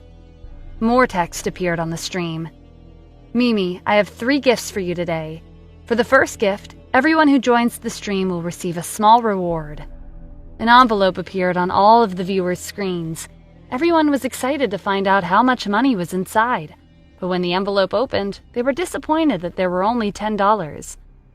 The viewers started to mock Stephan. What was the point of having an emperor label when he was too cheap to send more than $10? But it didn't take long for the viewers to realize that something wasn't right. They glanced at the corner of the screen and saw that the number of viewers had skyrocketed to 20 million. If Stephen gave each viewer $10, that meant he would have spent $200 million. The chat stopped. Everyone was too surprised to comment. Amy was so grateful that she couldn't hold back her tears anymore. Brian looked at the envelope on the screen and then at Amy. This was crazy. Whoever Stephan was, he had the funds to drop $200 million for his stream. His own family only had $500 million worth of assets. How did Amy get acquainted with someone as rich as Stephan? With Stephan on her side, there was a chance that she would get back at him for everything he'd done to her. The next line of text appeared on the stream. Mimi, this is the second gift. I believe it's something you'll like. The viewers kept their eyes peeled as they passionately guessed Stephen's next gift. They were afraid that they would miss it if they so much as blinked. An explosive sound came from the stream, followed by 100 icons of miniature ships. The chat was in a frenzy. One warship is worth 1 million. 100 of them would be worth 100 million in total. Stephen's dropping millions like they're pennies. Mimi is so lucky. He's giving her such a romantic and extravagant confession. The gifts that Claire received from General are like dirt compared to Stephan's. Brian collapsed on his chair with a defeated expression. The 20 million he'd spent for Clara was wasted effort at this point. As for Clara, up until a few minutes ago, she thought that victory was hers. Where did Stephan come from? And how did Amy know someone like him? Clara decided to call Brian because his father was A-Live's shareholder. Maybe he would have a way to overturn the competition. Just as she was about to call Brian, more text appeared on the stream. Wait, I still have some more money left in my account. I can't be bothered to use it for myself, so I'll give the rest of it to you all. Another deafening sound came from the stream, and an envelope once again appeared on everyone's screens. Clara dropped her phone on the floor in shock. Stephan had sent another $10 to the 20 million viewers. The total amount of money he had spent thus far reached 500 million. Amy smiled at the camera. Stephan, that's enough. You don't have to give me anything else. I'm already satisfied. She had been envious of Kim ever since the owner of Global Investment gave her the moon of the Nile and the villa. But now, she had a wealthy supporter of her own. The previous sentence on the screen was replaced by a new line of text. I don't have any more money to give you, Mimi, but I've prepared one last gift for you. The viewers rushed to send comments. You don't have any more money? You must be joking. Did he really prepare 3 gifts for Mimi? He's supporting A-Live's business with his money alone. What do you think the last gift will be?